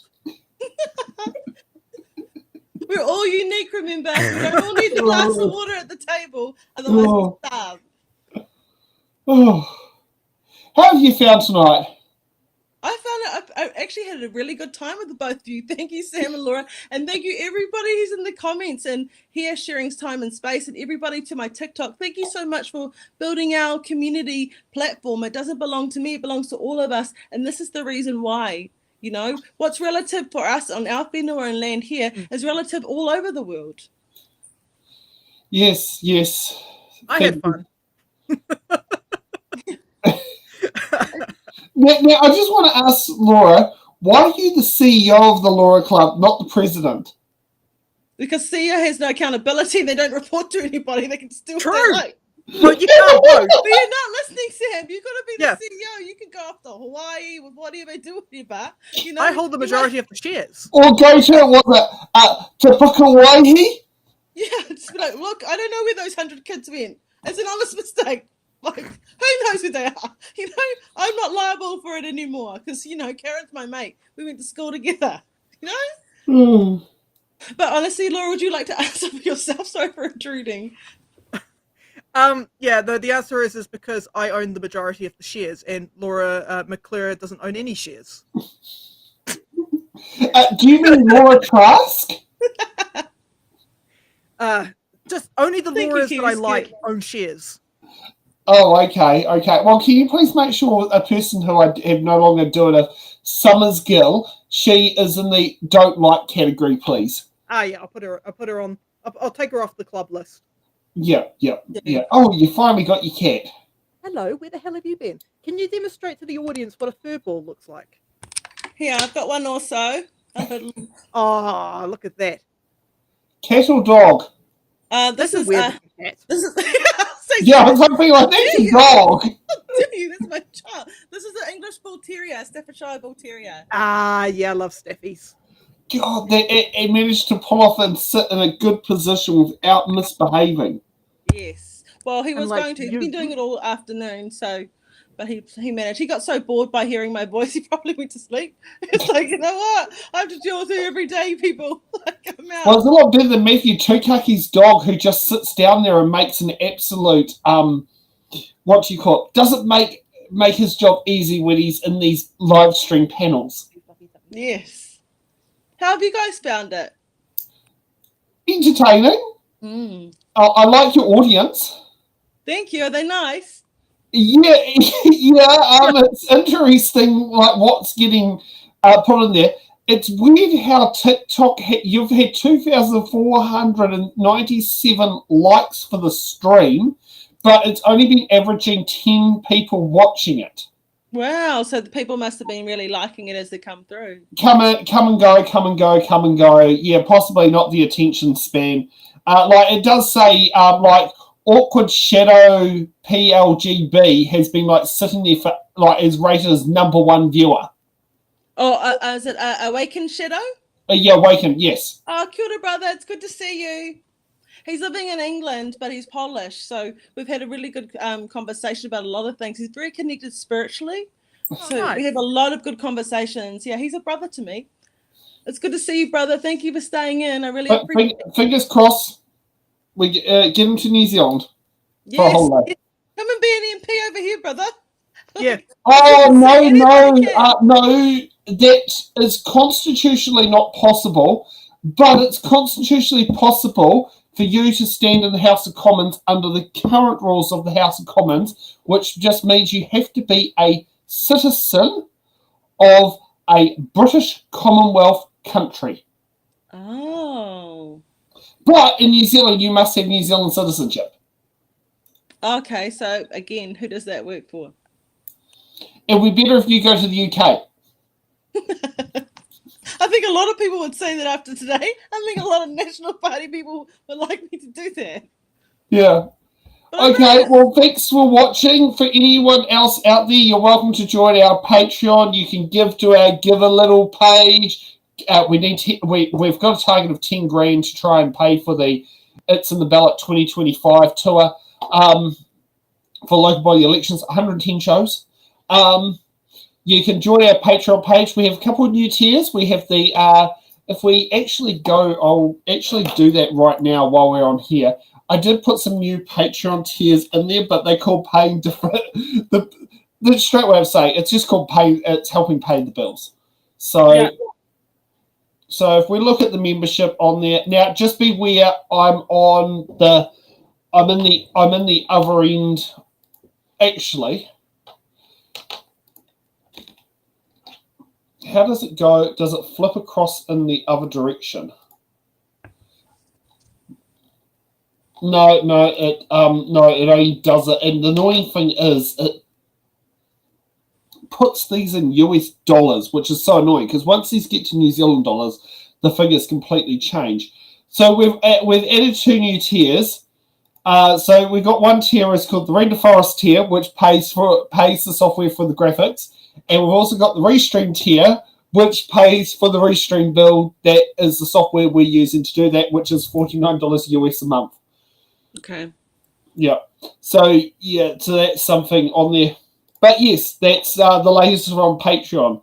So thanks for everyone who has watched from all parts of the world on 2 different systems, but it's been weird, but we've made it work. Yeah. If things go to plan, there will be a second reading for Treaty Principles Bill this week. But if there isn't, it won't be until the middle of May, because Parliament's going into a 3-week recess for school holidays and for Anzac weekend. Just for those who want to know. So yes, thanks for watching, and we'll see you next Sunday. Thank you for having me. Ka kite, everybody. Have a good night. Kumari. Thank you for watching The Order Paper, your express ticket to the New Zealand House of Representatives. Every episode, we unravel the complex world of legislation, debate, and democracy.